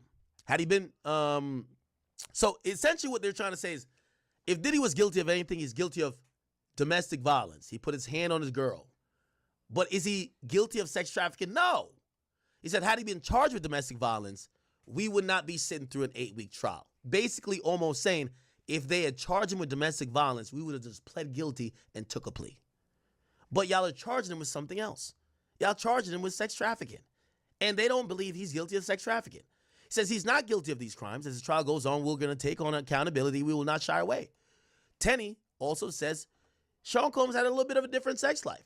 The alleged victims were all getting something from him. They're all adults. They too must take responsibility for their lives, as he does for his. A free choice has pros and cons. You will evaluate these women. They made free choice every day for years. Ask yourself, what are all the ways this individual had the ability to make these choices? Ask, what's this person getting? Something they want? It may differ. Jealousy drove choices of the victims. Combs never married, but he's a many-woman man. He was always in multiple relationships. He was not always honest. It drove a primal jealousy. Sean Combs is extremely jealous as well. You might think it's hypocritical. They remained in multi-year relationships with him. These women were in love with him. Infidelity and jealousy drove the violence. Alcohol, drugs drove things. But he is not a racketeer. This case is about his relationship with Cassie and Jane. You will hear about the swinger parties. They'll testify about things that they really should never be heard in a federal courtroom. I mean, that he liked to watch. Okay. You may not like that, but you're not here to judge him for his sexual preference. A wealthy rapper paid for these women homes and vacations. He's not charged with being a flawed individual. These women fought to be in a relationship with him. Cassie, I expect you'll hear from her. This is going to be about the 11-year relationship. Combs with Kim Porter, the mother of his 4 kids, he continued with her until death from pneumonia in 2018. He fights with Cassie. The fights were about cheating. This was a toxic relationship. They loved each other, though. Cassie will tell you about how the jealousy of Kim Porter, then Gina. See, now we're hearing about Gina. So there's a pattern with these younger women and older guys and the younger women's expectations and their thought process of the relationship. So we see in the Diddy trial where Cassie felt some type of way when Diddy still was giving Kim Porter, his ex, and the mother of 4 of his children, praise. Cassie felt some type of way. She felt slighted. In the Shannon Sharp case, the young lady felt slighted as well when Shannon Sharp went live with the Michelle. She thought they were exclusive. So you see in the pattern of these younger women that's having this this notion that these guys are with me and I have their whole attention and whatnot. They get hurt after these certain while and they retaliate. So maybe it is Gina. I don't know. We don't know yet though. It might not be Gina because technically there should be an objection here if you're saying the name of Jane Doe. You shouldn't say her name, period. The day of the hotel hallway, jealousy was on display. Violence by the elevator bank 10 years ago. You will see it later today. What Combs did in that video is indefensible. The video was not evidence of sex trafficking. Cassie walked out the hotel room with 2 bags. Combs comes down wearing only a towel. He stomps her, drags her by the hoodie. He comes back around to get a phone. What causes a fight about a phone? Phone keeps secrets of infidelity. As soon as he gets the phone, he sits down. He's visibly... You see how his attorney is spinning it? Like, yo, they're giving details of, okay, you see what happens in this video? This is just a toxic relationship.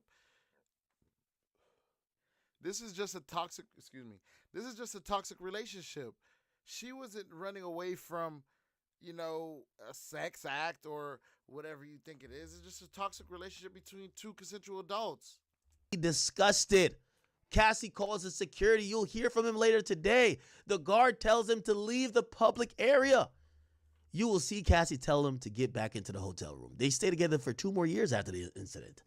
Even in 2018, they're fighting to stay together.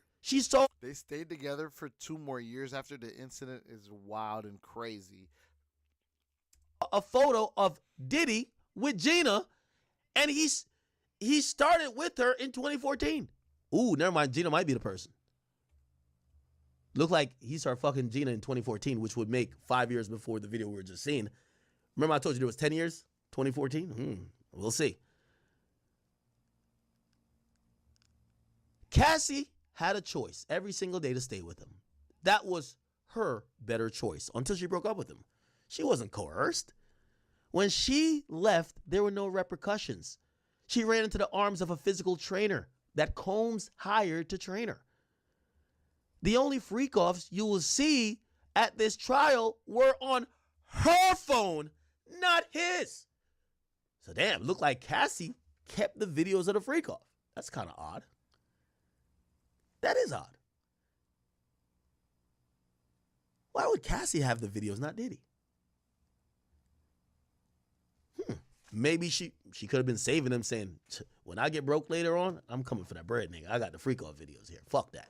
Anyway, remember in her lawsuit, she was saying he would threaten with me with releasing them. Why would she still have it? Anyway, I digress. In November of 2018, Kim Porter passes away from pneumonia. Cassie did everything to be there for him. She flew to Georgia amidst a breakup. She flew to be with him. Combs says Kim was my soulmate. The end of the relationship with Combs and Cassie was triggered by that. Oh, shit. So now we know. Looked like when Diddy admitted that, I think he said that in Diddy, Kim Porter. It was an Instagram post, soulmate. He admitted. It was an Instagram post where he said she was his soulmate. Let me see if I can find it. Oh, my God. Atlanta Constitution, what's up with you? And trying to get me to pay for ads. I think this was it. Oh, okay. That post, yeah. Today I'm going to pay tribute to you. I'm going to try to find the words to explain our unexplainable relationship, but he did call her his soulmate eventually. Yeah. We were more than best friends. Yeah, we were more than best friends. We were soulmates. Wow. Wow. Okay. So now we're finding out Cassie was like, damn, you still in love with that chick?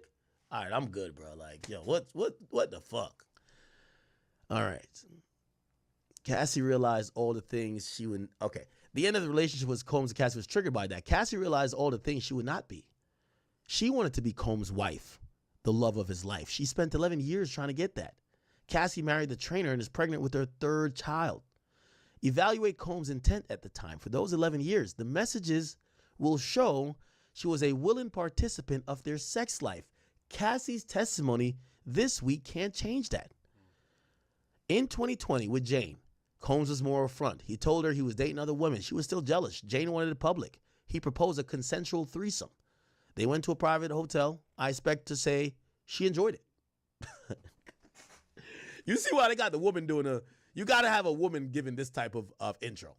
Because if there's a guy saying this, like, oh, this bitch enjoyed it. Yeah, he wasn't shit, but come on. Shit was kind of cool.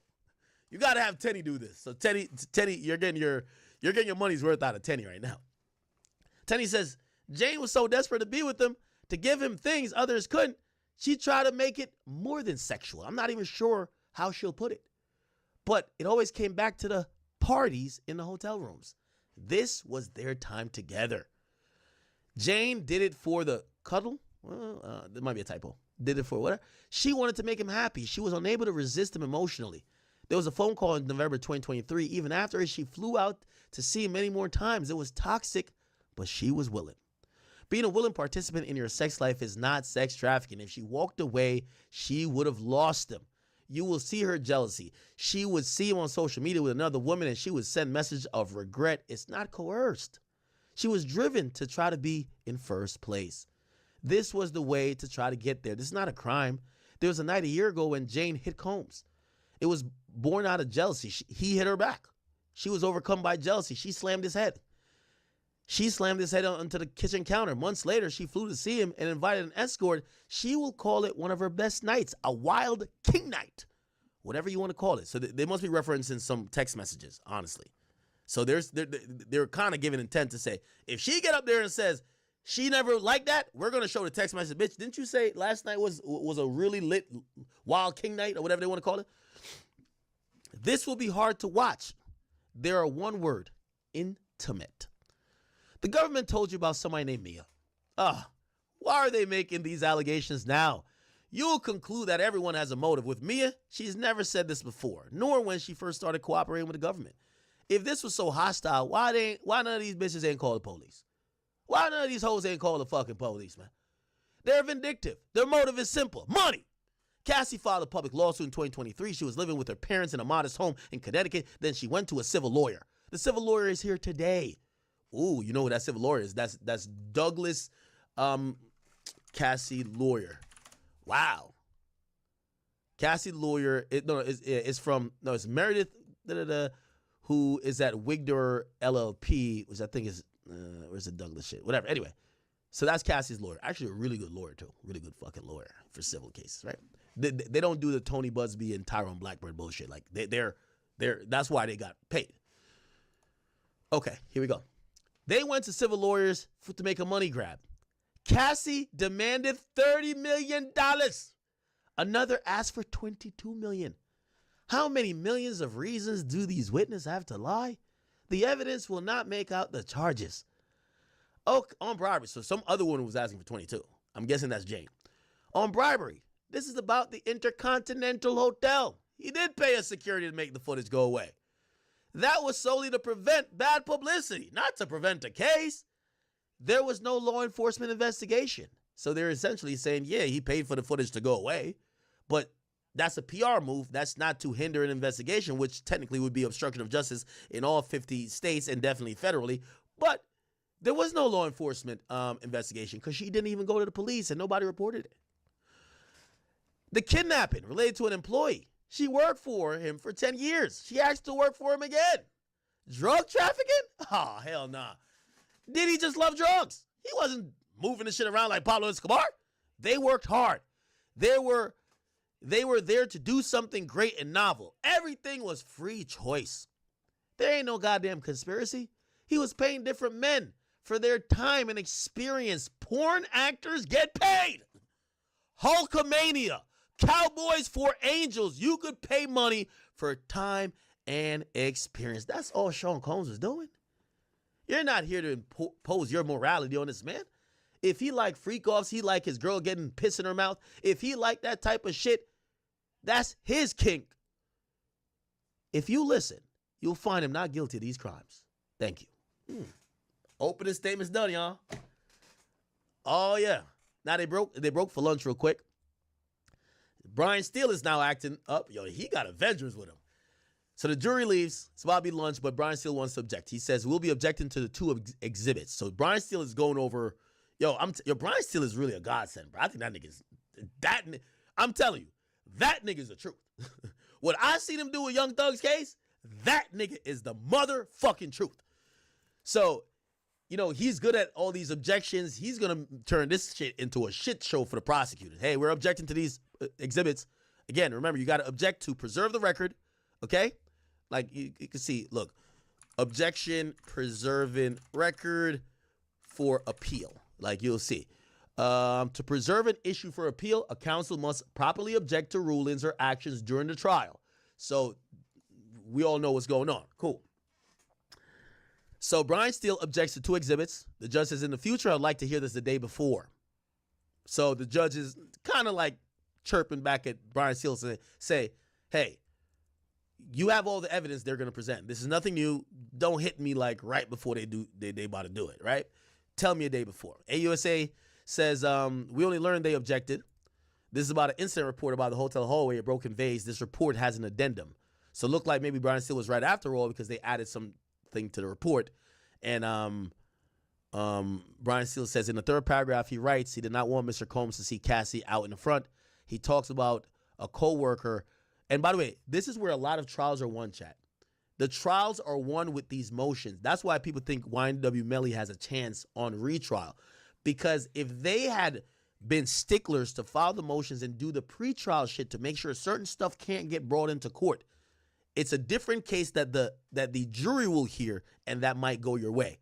Brian Steele ain't gonna let nothing pass by him, and that's gonna help increase the chance that Diddy beats this. So you see Brian Steele, in the 3rd paragraph, he writes that he didn't want Combs to see Cassie out in the front. He talks about a co-worker at ADEY. Mr. Combs is about to yell. This is speculation. We can't let speculation. Meet the new standard in sleep. This is Pod 4 Ultra. It's not a bed, it's a revolution in the into court. Good observation and good point to raise. Okay? They're now back. Before we get to that, I didn't want to play. There's somebody in court. For the opening. There is someone in court. Lauren Crime's got somebody there. They did step out and give a little bit of audio, and you're going to see the madness outside the court. This is, I believe, the Thurgood Marshall Court in Manhattan. And yeah, this is the streets are blocked off, but it's probably madness. Let's hear from Elizabeth Milner. Inside that courtroom, just because of just how crazy it is. I mean, you can just see the lines just going all the way back with media. It's going all the way back just with the public, just so some people could either, one, watch the trial, get a glimpse of Diddy's family members coming in and outside of the courtroom, and even as well as see his attorneys, whose members include Brian Steele, Mark Agnifilo, Mark Garagos playing in kind of that defensive advisory type of role. So it's crazy out here, especially, it's Diddy, it's high-profile celebrities, it's salacious allegations. Then on top of that, he's facing a lot of time behind bars, so you can understand why so many people of the public wanted to be here and wanted to get here super early so that way they could attend. I even heard somebody was standing in line and was auctioning off how much that they would give to somebody else in line for up to $500, $600. So that's just a lot of people here. Now, as far as who was inside the courtroom today, still is a lot of famous faces, or let me not say famous faces, but a lot of people that we are definitely familiar with here at Law and Crime. You have Mark Garagos in the courtroom, Karen Agnifilo, who is the wife of Mark Agnifilo, who's also representing Luigi as well too. You had Little Rod inside the courtroom today, and he's one who had filed one of the many civil. Oh, Little Rod is there. Okay. We don't know if he's a witness. From what we're kind of finding out, it don't seem like it, but he's there. Claims against Diddy as well too. He came in probably, I would say, maybe a little like 8:30ish. Kind of came in with the sunglasses, 2 chains on, as well as his attorney was inside that courtroom as well too. You have all of Diddy's children, with the exception of his youngest daughter, Love, were inside that courtroom. So that includes Quincy Brown, Justin Combs, Christian Combs, Delilah Combs, Chance Combs, Jesse Combs. Chance's mother was inside that courtroom. Diddy's mother was inside that courtroom. The daughter of Diddy's youngest daughter was inside that courtroom, and then you have the twins' caregiver, who is also. Yo, what's up with this nigga right here? His waves low key kind of spinning though. Look at this nigga. With the daughter of Diddy's youngest daughter has a daughter? What the fuck? His daughter was inside that courtroom. Diddy's mother was inside that courtroom. The daughter of Diddy's youngest daughter was inside that. The daughter. Okay, that got to be a Freudian slip, because Diddy's youngest daughter is Baby Love, and she's like 2. How the hell? She can't have a daughter. I think it means the mother of Diddy's youngest daughter. That's what they probably mean. The mother. Yeah, that's probably a mistake. Look at this nigga right now. That courtroom, and then you have the twins' caregiver, who is also best friends with Kim Porter as well too. So my boy. A lot of people were inside that courtroom as well for just opening statements, just to get this jury selected, because it went down from 43 to 18 today, and so a lot of people were inside that courtroom, body to body. And what can you expect to do first day of trial? So this was, just a little bit of what we were expecting today, but it's crazy out here. And I will encourage everybody to check out what you're posting on X, Twitter, because earlier today you actually posted that you saw Rodney Little Rod Jones Combs, one of the first people to sue Sean Combs. He was outside the courthouse. We were always expecting who would end up showing up during the course of this trial. Talk to us about the jury. Who is this jury? What can you tell about how they're we need a racial breakdown, gender breakdown. Let's hear this. reacting so far to opening statements? I mean, NBC has reported you have one juror who's a 69-year-old male, another juror who's a 31-year-old male, another one 51-year-old male, you have a 42-year-old female, and they have different numbers to them. But what are you determining based on the jury? What's the makeup, and how are they positioning? How are they reacting to the opening statement so far? Yeah, well, kind of a hard question to answer, I should say, just because of where I was sitting inside the gallery. It was really hard to kind of see. By the way, we got a poll going on King Academics right now. We have 15,000 strong just on one page. And the question is Diddy cooked? And 5,600 votes on the King Academics YouTube page. 65% of people are saying, man, this nigga's cooked. I think we're going to do daily polls on this. If you guys change your minds, definitely vote whatever way you might feel about this, right? Every single one of their faces when both sides were presenting opening statements. But what I did see from being inside that gallery was some people jotting notes, some people just very much intently listening to both Emily Johnson for the prosecution as well as Tony Garagos for the defense. But as far as the makeup goes, I kind of just took their jury numbers and compared them to the notes that I took last week when I was here for jury selection. You have one who's a scientist, one whose brother is a security guard. He knew Diddy was arrested but didn't know the charges. You have one person who's part of a union job. He works for the Department of Corrections. Another person who is now retired but previously used to work at Verizon. You had get a poll going on in the Academy chat as well, okay? another person We got 6K strong over there. Friend is a detective, son is a security guard. But, you know, as far as the defense was kind of making their objections today as far as jury selection goes, and, you know, just kind of the objections they made that, you know, the government was striking 7 black jurors, that type of thing. There were still black jurors that are going to be serving on this panel who are going to be making making the decisions going into those deliberations. So from what I saw of the jury makeup as a whole, it really was a diverse group. Who's this nigga right here? Of men and women of all He different said P. Diddy Combs is an innocent man. Yo, I don't know why they always do videos like this. They gotta have some security to push these niggas out of the way. ages, all different walks of life as well, too. He said the only thing Diddy's guilty of. So I'm gonna we hear some commentary. The only thing he's guilty of is being a black man. Hilarious. So So I'm gonna well, it really was a diverse group. Okay, now I'm focusing on her. She said it is a diverse group. We're gonna get the full breakdown, ethnic breakdown, age breakdown, and of course, male and female. We'll get it probably from somewhere else. Men and women of all different ages, all different walks of life as well, too.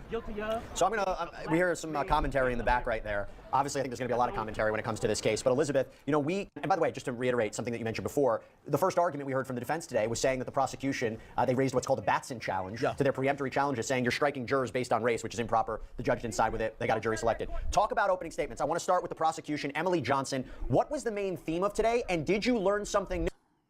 We're going to get this updated. By the way, they did come back for lunch, so we do have some more updates. But we just want to get through this because, again, this person was in court. We get some actual information about what happened in court, and then we'll slide right over there to the update about what happened, which is here, okay? I think we're probably going to see, they're going to call the first witness, as we're going to see here, but we're going to go get to that in a second. Let me go here.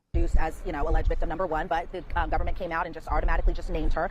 You know, they talked about the incident where Diddy found out Cassie was seeing another man, and that Diddy took his gun and his bodyguard, and Diddy threatened to allegedly kill this man that Cassie was with. Kushagar, thank you for watching. You're watching from India with love. Some love to you as well. You know, Emily Johnson talked about how he had beat Cassie so brutally that he also had to take control of her. He kept videos of Cassie sleeping with escorts and threatened to use them against her. These are the types of things we had already known and were already kind of painted out inside those indictments that the government had written up in that type of sort. You know, Diddy referring himself as a king, which is kind of ironic because he has a giant king crown on the back of his neck.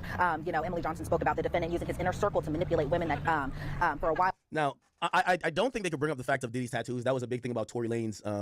Like, Tory Lanez has an AK-47 tattooed right here. And you ever seen Tory? Look, pause. Tory Lanez, shirtless. And this is the tattoo right here. What was said is that if Tory took the stand, it could be brought into to court. But if he didn't take the stand, they couldn't bring up this in the trial. And it never brought it up. But if he did take the stand, they could have asked him about it.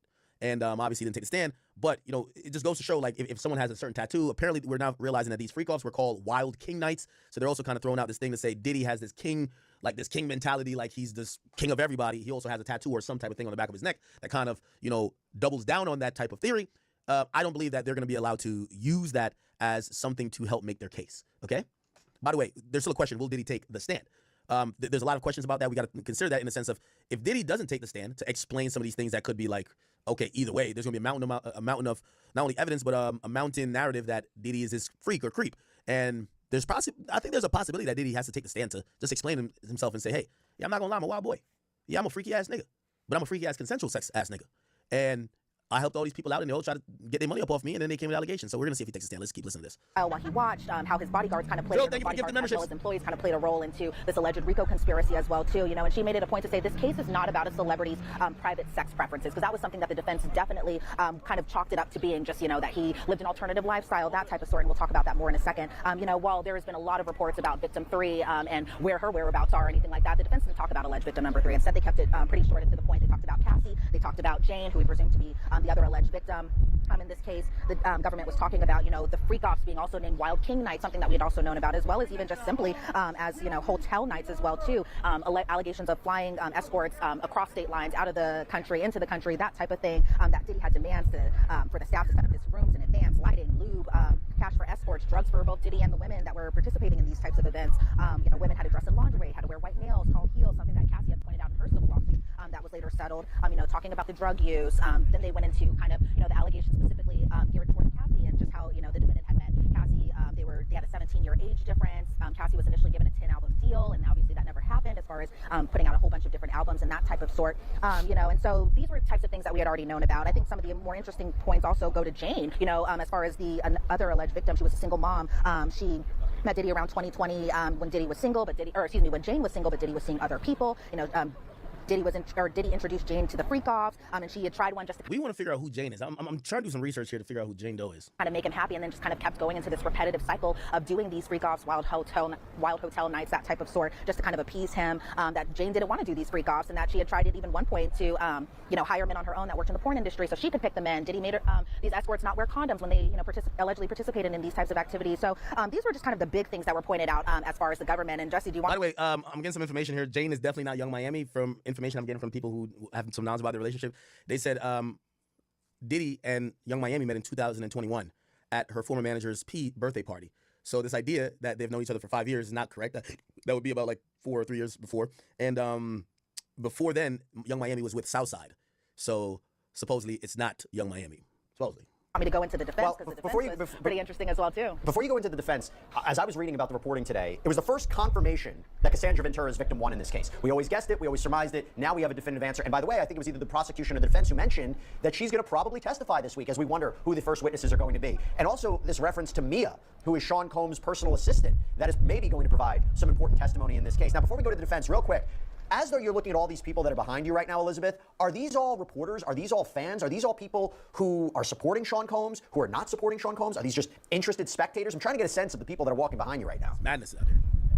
Yeah, so obviously I was trying not to pay attention so much because it's really so many people, but it's really just kind of a common mix. It's a lot of people who are here with the media. You have field producers, you have social media producers, and pretty much every outlet across the country is here right now inside that courtroom. I wouldn't say there's too many supporters beyond that one guy just kind of yelling, and he had been kind of saying some pretty vile things to us as reporters. So, we're trying too much not to pay attention to him as much as possible. As far as the family goes, right before we did this hit, we saw the family kind of get into a Sprinter van and kind of drive off, maybe to get something to eat, maybe to decompress, because, think about it, Jesse, his children were inside that courtroom, especially his daughters were inside that courtroom hearing about their father, Damn, I wonder if they ever knew that this nigga was a fucking freak. Escorts and allegedly beating women and that type of sort. So maybe it was just the time that all the family members just had to get out of here, get away from this media circus. But for the most part, it's a good mix of both media and just the general public who are just genuinely curious. So Elizabeth, I know you have to jump back into that courtroom because they're going to start up in about 15 minutes. Real quick, if you could summarize the defense's opening statement, some highlights there. Yeah, the defense's opening statements were pretty, we were kind of expecting them. They were going to have to admit that Diddy had been physically violent towards women in the past. They were going to have to admit that Diddy had this type of temper, that, he participated in taking these types of drugs, and that his temper was especially bad whenever he was on drugs and alcohol. There was a point in the openings where Diddy stood up when Tenny Garagos was introducing him to the jury, for the most part, even throughout. By the way, real quick, if you're watching on the King Academic channel, man, hit that like button, man. We got 15,000 people over there, 1,000 likes. That's disgraceful. Come on, chat. That's disgraceful. We should at least have 6,000 to 7,000 likes. Stop playing. Opening statements, he kind of sat there calmly. He looked at the jurors. He looked at Tenny Garagos, who again provided the opening statements on the defense's behalf. The defense was kind of harping on the fact that the government has no place in his bedroom, something that we had talked about many of times. Just how they're kind of painting this as somebody who did bad things on one hand, but were these bad things criminal? And that was essentially what the defense's argument was there. They said that the defense will see domestic violence in this trial, but while they do take it seriously, they say it's not sex trafficking. So I feel like they're trying to divide this line between this being a domestic violence spat or domestic violence toxic relationship type of thing, as opposed to these being actual criminal acts that Diddy was allegedly committing and that type of thing. You know, the defense was saying that these alleged victims were strong, capable women, that they made choices that were for adults, they were free of choice, and they came with both pros and cons, and that type of thing. And then they were kind of talking a lot about how Diddy was jealous and how, you know, other partners or his other relationship partners, so for example, Cassie, they also mentioned Gina, somebody I talked about in some stories I had done. She had talked about how Diddy was physically violent with her in a podcast. Oh, so Gina isn't witness too then. Or maybe she is. Maybe she is. But I don't know if the defense, before Jane takes the stand, if they could say her name. I would think not, because, you know, I don't know. Podcast episode, for example, and so that was kind of her mention there beyond, you know, what the government was talking about as far as, you know, alleged victims in this case and that type of sort. They had mentioned Kim Porter and how Cassie was jealous of Kim Porter's relationship with Diddy and that type of thing, and then everything kind of ended as soon as Kim Porter had passed away. Cassie went to her memorial service, and that was the last time she had seen Diddy, even prior to her expectation that she'll be inside that courtroom testifying. You know, these jurors are going to see some of these freak-off videos, but they say that it was taken from Cassie's devices, not Diddy's devices. And so, you know, they talked about Mia, for example, who had worked with Diddy for a number of years, and the defense says, you know, they want jurors to evaluate her motive to testify. When they were talking about Jane Doe, it was the same thing, that this was a jealous relationship. Jane wanted to be more public, whereas Diddy, you know, he wanted other relationships that weren't with Jane and that type of thing. So those were some of the biggest takeaways from the defense's openings, as well as the government's openings as well, too. These are the arguments we anticipated. Now, obviously, there's a lot more detail to it. We're hearing it in an official capacity. And these jurors, while they might have heard certain aspects of this case, this is the first time, presumably, both arguments are being positioned to them for the first time in such a very particular way. And this is opening statements. It's not evidence, but it is the start, the official start of Sean Combs' criminal trial. Elizabeth Milner, thank you so much for reporting. Go back into that courthouse. Stay safe out there. There's a lot of interesting characters you're seeing running around. But thanks, Elizabeth. Okay, cool. So we're back. We are back, people. We are back. And I hope you guys got y'all lunch if it's lunchtime for y'all, or hopefully you're getting your work done, or if you're driving across the country, or however you're consuming this content, hopefully you guys are getting your day going on. Order some food, kick back. We still got about like 3 more hours before we're out of court, right? Okay, so cool. So they're back in, and they're back in at 122. And everybody's almost back in, and the judge says, in terms of objections, the defense says, hey, we're still waiting for the defendant. So they're so sorry. So Diddy didn't. The average professional waits over 3 hours a day on manual tasks, but that changes now. With On Demand, you can leverage a powerful ecosystem. Wasn't in court. They bring him in court. They said one exhibit is objected to. That's what the judge is now saying. It says, subject to the U.S. laying the proper foundation, it is admissible. Okay? So remember, there was something that was an addendum to something that was already an exhibit. Diddy's team, Brian Steele, said, nah, get that shit out of here. Like, what the hell? Y'all bringing in last minute shit? The judge says, listen, as long as there's proper foundation in introducing this material, I'm going to make it admissible. Now, remember, they raised an objection anyway, so later they could talk about it in possible a appellate court. The judge says the exhibit with the added note. It says the objection is well taken. It is excluded. So it looked like, oh, never mind, the exhibit with the note. So they allow one with foundation, proper foundation from how the government's going to exclude it, present it. And then the second exhibit, remember there was 2, the judge excludes. So Brian Steele, that's a dub. That's one win right there. So one exhibit cannot be used. That's based off Brian Steele raising that objection. So salute to Brian Steele. The judge says, all rise. The juries enter. Says, is the government ready to call the first witness? AUSA says, first, we have 4 exhibits. The Agnifilio says, we got no problem. Go ahead. So we call LAPD Officer Israel Flores. Flores is now an LAPD officer who says, I'm a reservist for the Army, and I was a guard with Securitas in 2016 in the Intercontinental Hotel near Century City. The AUSA says, what happened on March 5th, 2016? Flores says, I was told of the 6th floor. Flores says, there, I recognize Sean Combs. He's there wearing a gray sweater. AUSA says, what's your title? He says, well, I was the assistant director of security. AUSA then says, well, let me show you a photo of the Intercontinental Hotel. Flores says, yeah, I know it. It's shaped like a pyramid. The judge admits the exhibit, so the picture that they showed, that's called and put on the record as Exhibit 1 or A or whatever the case is, whatever the sequence it is. And then they continue. It says, hey, what kind of incidents do you normally respond to? The dude says, yo, all kinds. We have a couple of suicides there. We prepare incident reports, the 5 Ws, okay? AUSA says, would you attach photographs to the reports? Flores says, yes, but not video. We never had the password. AUSA says, when did this incident take place? He says, 11 a.m. I got a report of a woman in distress on the 6th floor. I closed the security base and checked the cameras. There was an African-American man pacing back and forth. I did not see the female. I rushed there. AUSA says, what do you see on the 6th floor? He says, well, Mr. Combs is in a towel and some type of colored socks. He's a rapper and producer. And I saw Cassie, who was on the floor. AUSA says, let me show you some photos. Combs is now in a tuxedo. And in a separate photo, Cassie's smiling. AUSA says, what did you tell them? Flores says they were arguing. They'd have to take it back to their room, and that there was a broken vase that, so they were arguing in the series, said, y'all got to take that back to your room. Like, y'all doing too much outside of the room. And says, and there's a broken vase. We're going to charge it to your room. And Cassie said she wanted her phone and her bag. Cassie says she wanted to leave. Combs says, you're not leaving. I saw inside the room a black male wearing dark clothing. AUSA says, well, what did Combs do after Cassie left? Flores says, well, he called for me. He was holding a stack of money, and he says not to tell anyone. What did you say? I said, I don't want your money. The damage is going to be charged to the room. AUSA says, where did Cassie go? So after I spoke with her, she left. The car pulled up. She left in a black SUV. So was there a driver? He says 7 feet. I don't know why he says 7 feet. Flores says, she wants to leave. I said, I'm talking to her, not you. They left. So it looked like he was checking Diddy to say, yo, this woman wants to leave, and it's not your choice if she can leave or not.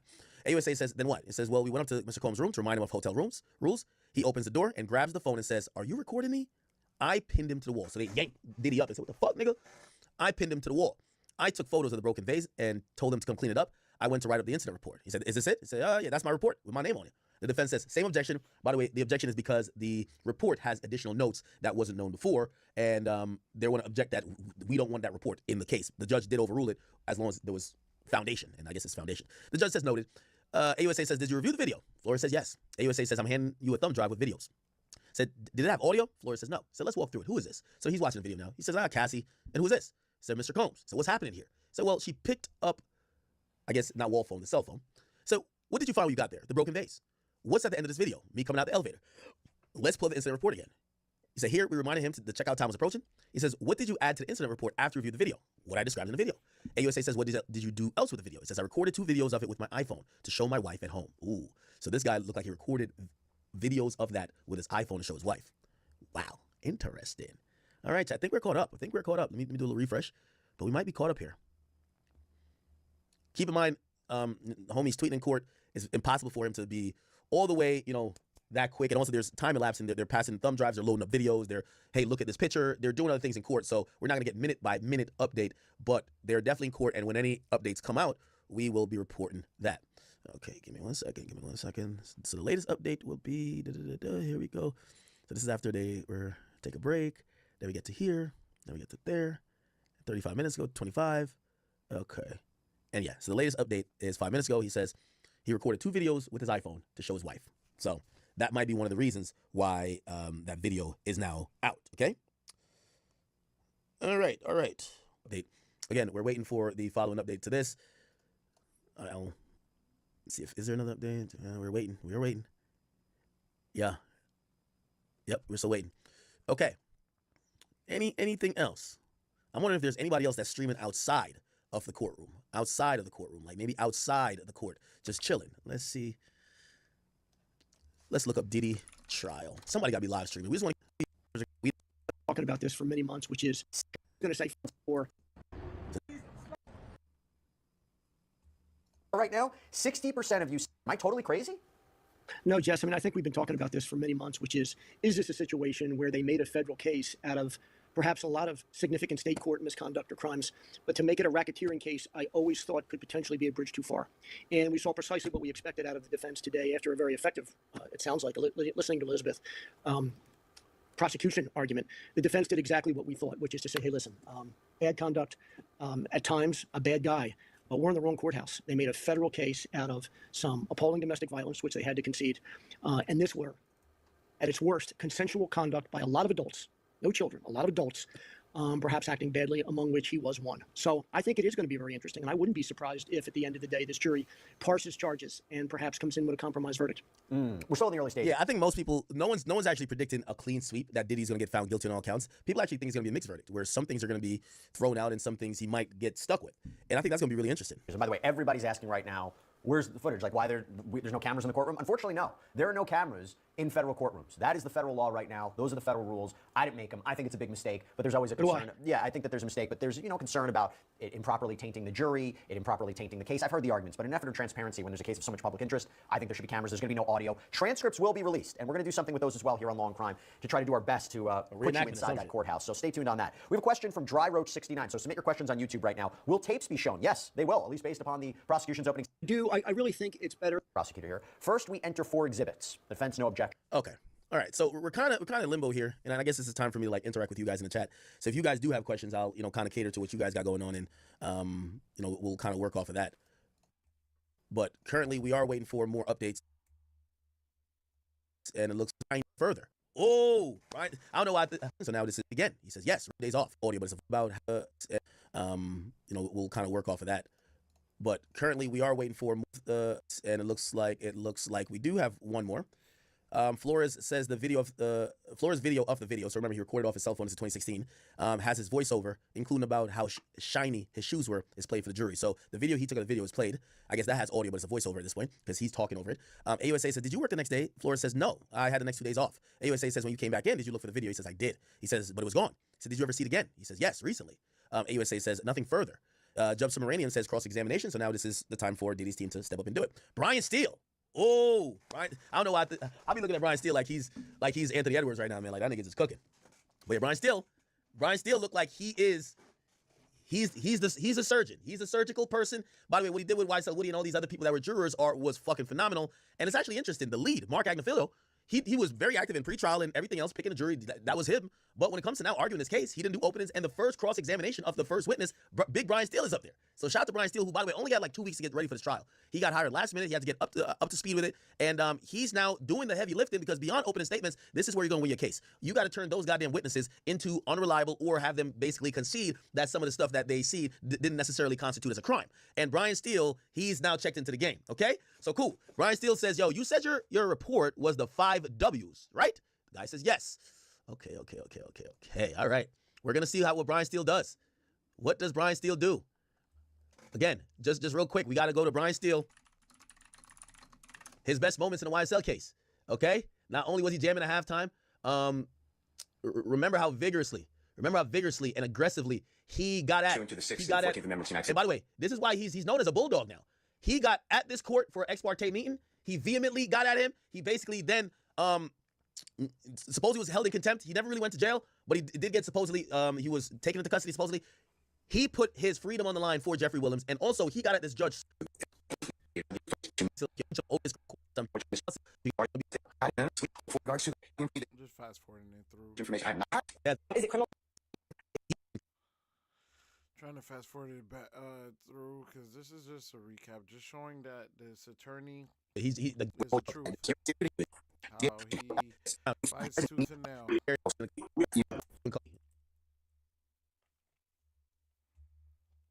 The court ordered 1 moment to confer with counsel regarding the appropriate remedy.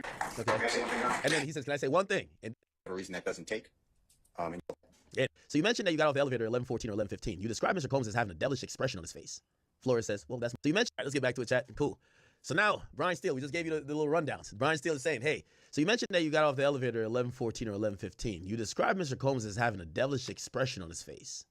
Flores says, well, that's my opinion. Well, Steele says, well, when you get off the elevator, what's in your hand? Flores says, my radio. Ooh, okay. Let's see. Then it says, wait, did Mr. Combs didn't attack you, did he? Flores says no. It says, and then, was there any law enforcement involvement? Flores says no. It says, you videoed for your wife and kept it, right? It says, I did. So, but there was never law enforcement called. Said there were not. So you told the jury Mr. Combs said to Cassie, you're not leaving, but your report did not say that, right? He says, at that point, I didn't believe it was a significant fact. I'm not going to put down the back and forth. So Brian Steele's bringing up a point. You claim that Diddy told Cassie he couldn't leave, which, by the way, would be technically kidnapping. But you never put it in your report. He said, I wasn't going to put down every detail. So he says, so it wasn't important 9 years ago, but only now it's important, huh? It's Brian Steele, brother. AUSA says, objection. Judge says overruled. Flores says, I didn't put it in the report at the time. So Steele says, you said you were offered a bribe. Hadn't you told him he had to pay for bail? Flores says yes. Steele says, the gentleman you say you saw in the room, you described to the jury,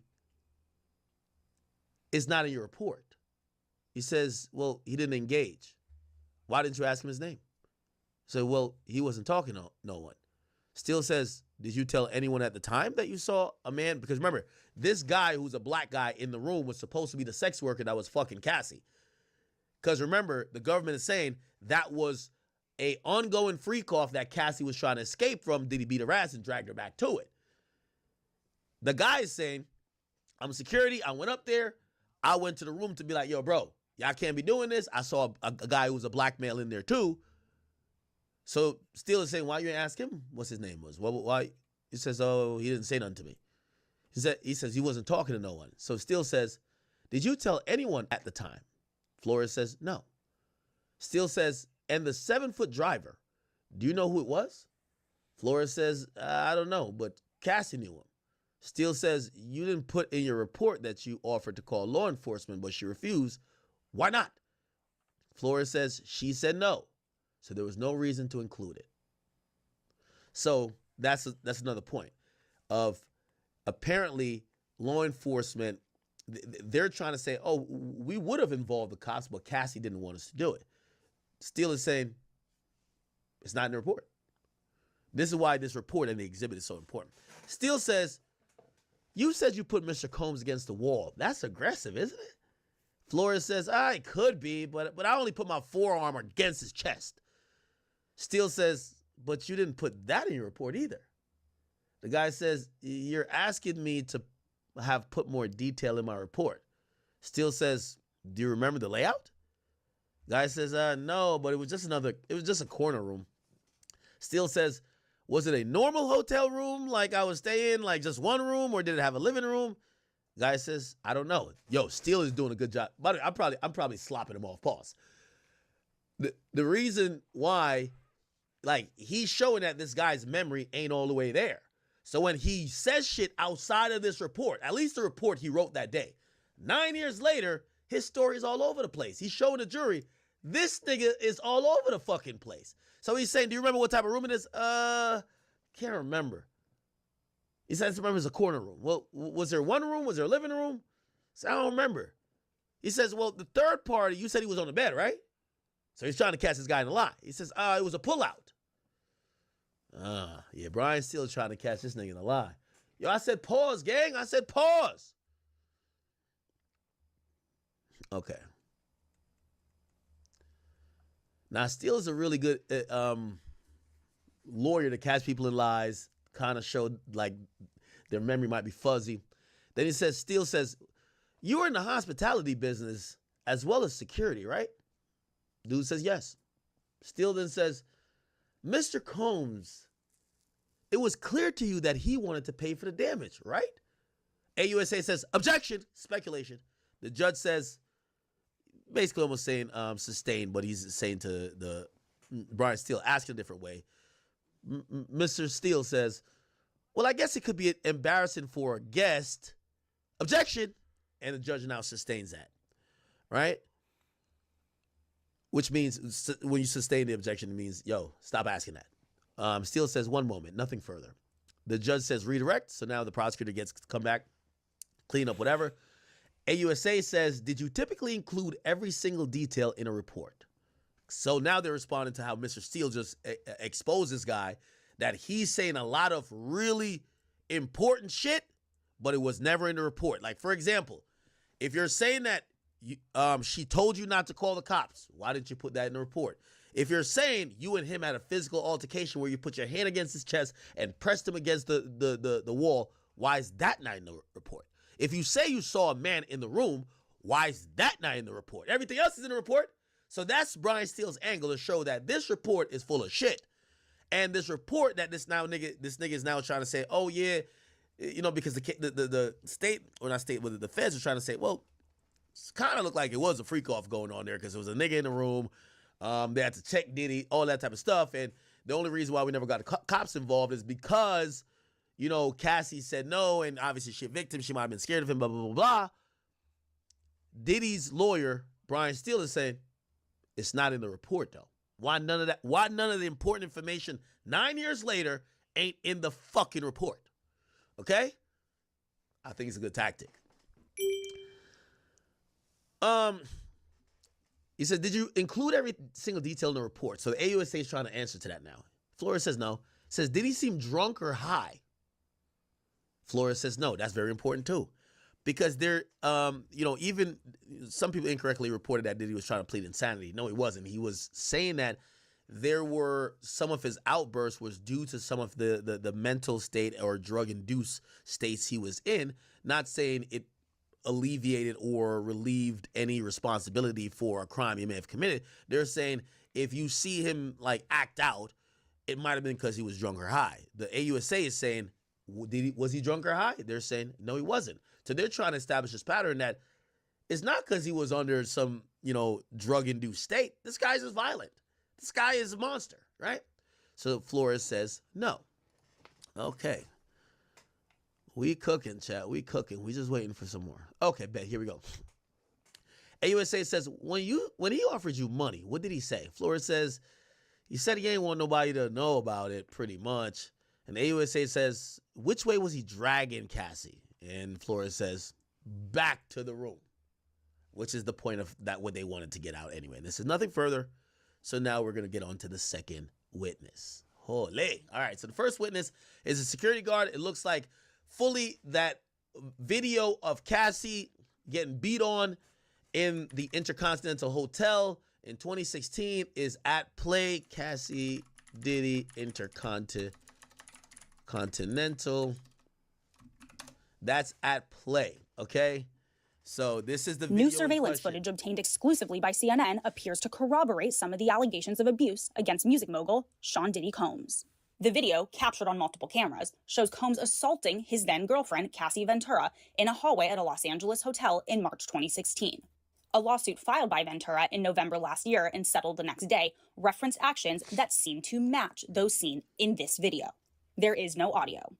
According to the complaint, Combs became extremely intoxicated and punched Miss Ventura in the face, giving her a black eye, which according to the lawsuit prompted Ventura to try and leave the hotel room. The surveillance video obtained by CNN begins as she enters the hallway. The complaint says as she exited, Mr. Combs awoke and began screaming at Miss Ventura. He followed her into the hallway of the hotel while yelling at her. The complaint goes on to say he grabbed her and then took glass vases in the hallway and threw them at her. In the surveillance video, Combs can be seen grabbing Ventura and throwing her to the ground.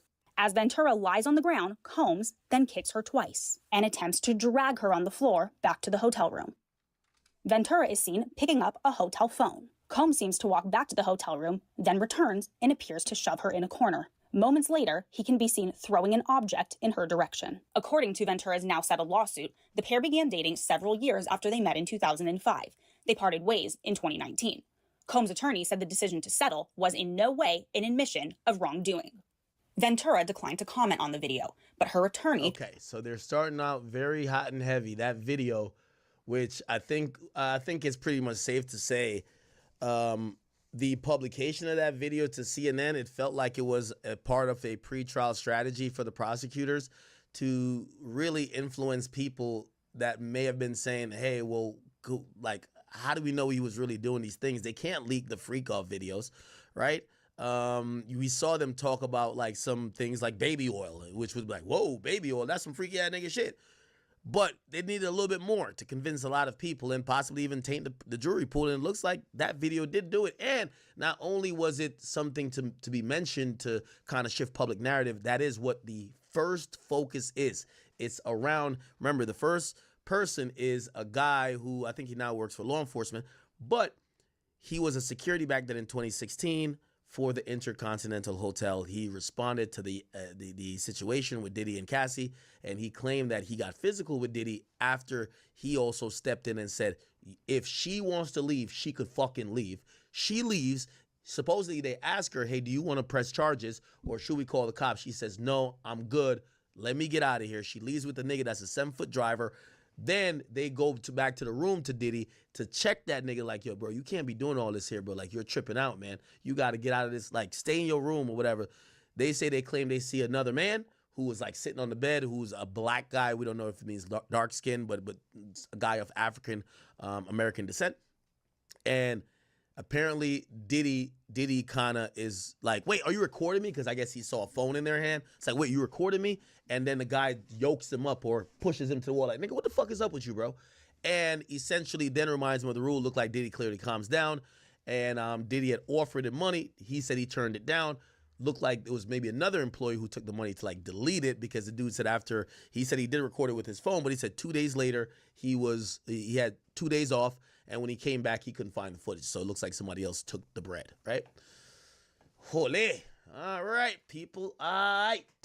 We getting there. We are getting there, man. This is the real day one. Let's see if we can find this. Yeah, it's pretty juicy day one, bro. No lie. Okay, by the way, let me watch his vlog about what was going on. Here we go.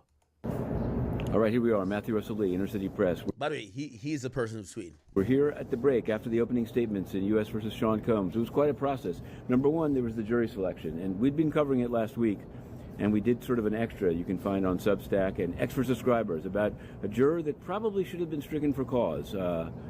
It's a UN staffer that basically works at the counterterrorism office, and that would work with U.S. law enforcement, which he then denied.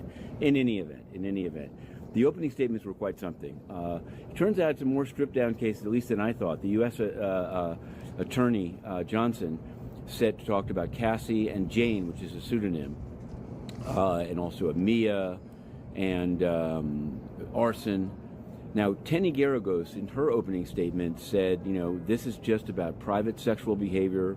They don't dispute that Combs can be violent and jealous, but that should never have been a federal case, and that the witnesses are all have their own interests, including filthy lucre, money. So we're going to see how it plays out. Right at the end, after the jury left, Brian Steele, they brought up from Georgia after the Young Thug trial, made some evidentiary objections about the reports about the Intercontinental Hotel lobby, elevator lobby violence. So that should be resolved. Now, the case might be structured in many different ways, right? Remember, this is a big case. They know what's going to happen. Brian Steele his only job might be deal with this footage. Like, Steele, your job is to make this footage look not that important. And maybe we see Mark Agnifilo, or Agnifilo, however you say his name. I know I'm fucking his name up a bunch. Maybe his job will be, because the next case, the next phase is going to be, who is going to, and this is the heavy lifting of the whole trial, if you ask me. Who is going to be the attorney to cross-examine Cassie? Supposedly Cassie is supposed to take the stand at some point this week, but we're going to probably see escorts. We're going to see all type of people, hotel staff, security, former personal assistants. They're going to take the stand, I would imagine, first. When Cassie gets on that bitch, that's going to be time. It's going to probably be, she's going to be on the stand for at least 2 days, I would imagine. She's the star key witness. Without her, this case is flimsy. So whoever the attorney for Diddy that's going to be combing through everything she says, again, cross is going to be brutal. I would imagine the AUSAs have prepared her for this. I would imagine that her current husband is probably there supporting her. Remember, she is pregnant. It's going to be brutal. They have to chop her down. They have to remind the jury and the audience and everybody who is witnessing this case, Cassie might be this demure young woman now who is having a child and is happily married, but back then she was a freak. That was a nympho that couldn't get enough of penis. And that's how Diddy's going to put it across. And she liked to do freaky shit like how he liked to do freaky shit. And they were in it together. We're going to see how that plays. I'm wondering if Tenny is going to do that part, or maybe it's Mark. Or maybe they leave everything to Brian Steele. I don't think they'll leave everything to Brian Steele, but Brian Steele, he got up first, and he's doing his thing to try to get this idea about the first part of the state's case is to show, hey, this is what happens when you defy Sean Combs. You leave a freak off. He drags you back, he beats your ass, and forces you to fuck other people. Brian Steele is trying to show, no, you guys are spinning this into something that it's not. How do we know there's a freak off going on? Oh, the guy says, well, the prosecutor put the person on the stand and said, there's a guy in the room. How come we ain't hear nothing about this guy in any reports other than you saying it now? True. So that's where we're at with it. Resolved this afternoon as the witnesses began, including with some hotel witnesses. So Inner City Press, we're on the case. We're covering other cases too. I just stopped at the Mag Court. A man was released after 2 uses of a gun. Well, one brandishing and one using. Ordered released, but there's been a request by the government for a stay, which was denied, but they're going to be appealing it. So we're going in monitoring the trial desk, or the desk he's sitting with his attorneys, said apparently Diddy had a Bible on the trial desk, or the desk he's sitting with his attorneys. Said Diddy looked like he's leaning on faith as he goes through federal trial for sex trafficking, because he was reading from the Holy Bible in court.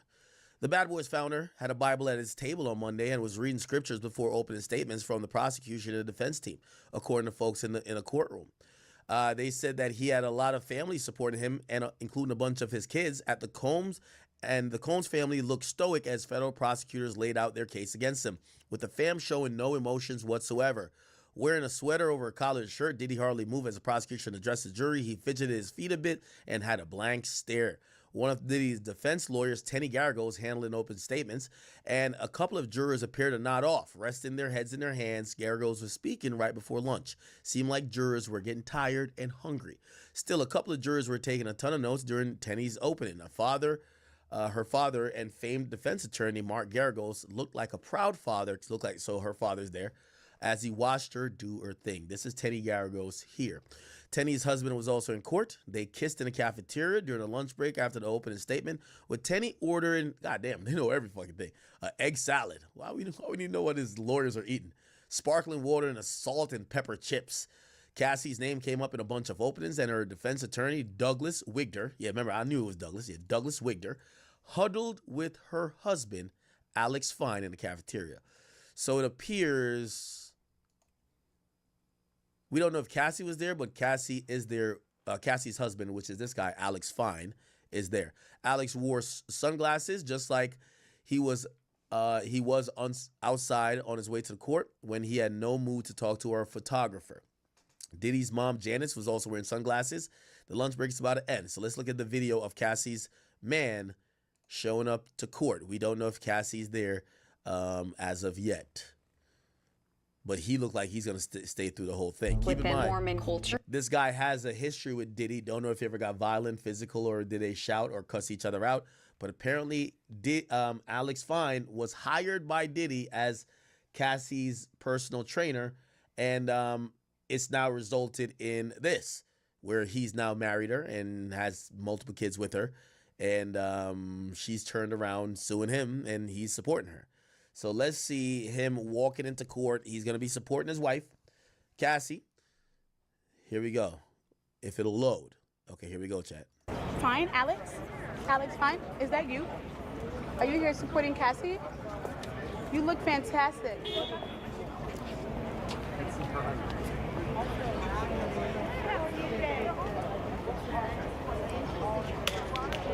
I wonder how big the courtroom is. There's so many people there.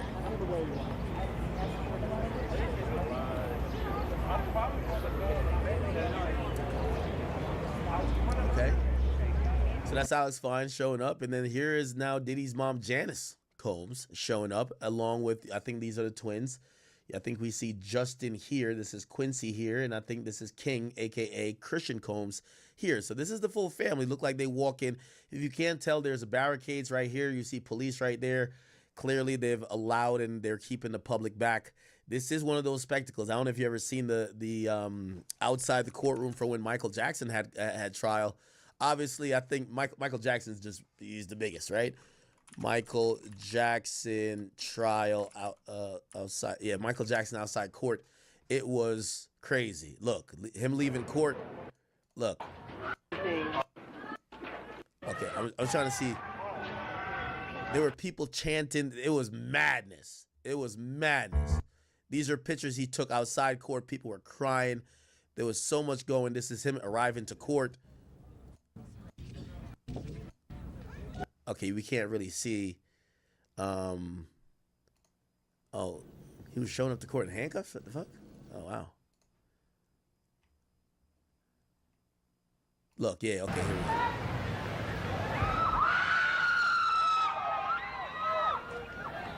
Fanfare was ridiculous. Now, I don't think it's going to be like that for Diddy. I don't think people like Diddy like how they love Mike. They love Mike. They love them some Mike. The same thing is going to go on with Diddy. Let's see how it looks with his family showing up to court. By the way, remember, Diddy...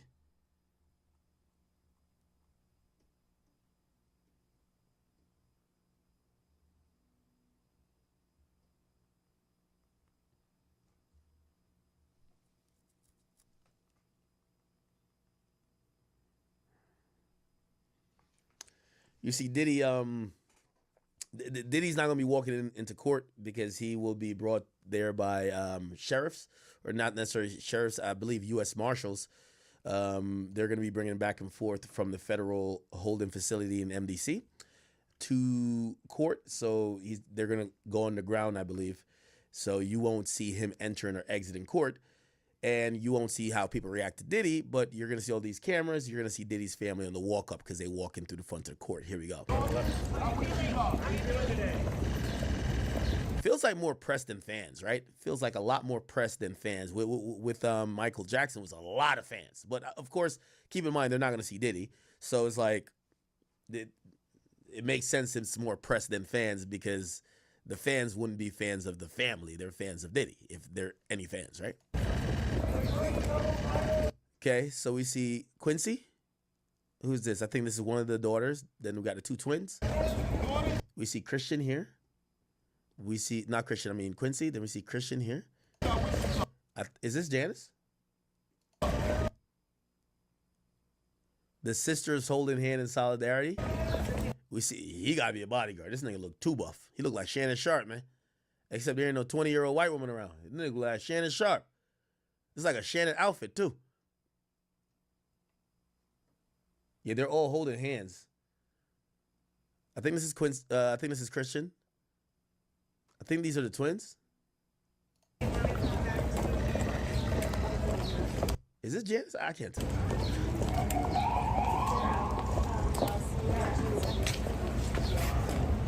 All right.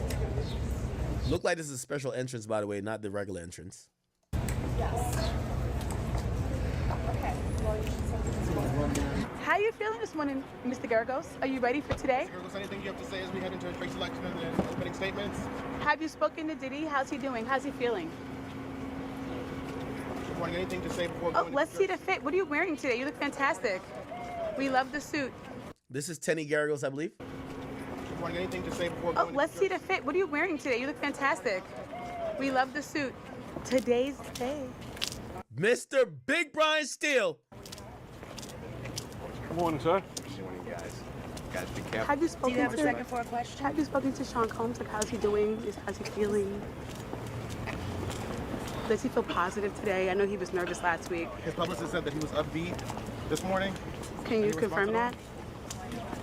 I can't talk about the case at all, so I don't want to violate the court order. Yeah, there are strict protective orders in federal cases, and you're doing what you got to do. Well, how was your weekend? What did you do over the weekend? Was it strictly planning, or did you relax, or did you have a drink? Thinking about you guys. Okay, Agnophilia breaks through. Like he got his little bag with him. Right here.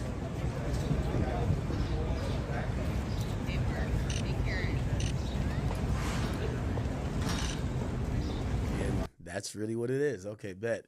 Let's get back to this. We should have some more updates. I apologize. I know, again, remember, we are waiting for updates here from Inner City Press. Inner City Press, we appreciate you, brother. We appreciate you. I would love to get Inner City Press like to come on here like after the trials, or not after the day's done, and to kind of, give us like, because he's pretty impartial. Like, I don't think he gives a fuck if these guys are innocent or guilty. He just says what it is, and I really like him. Okay, anyway, look like the male dancer has been called. Ooh, here we go. Producers, this plugin helps you finish your tracks way faster. Check this out. I'm gonna start with this loop that I made here.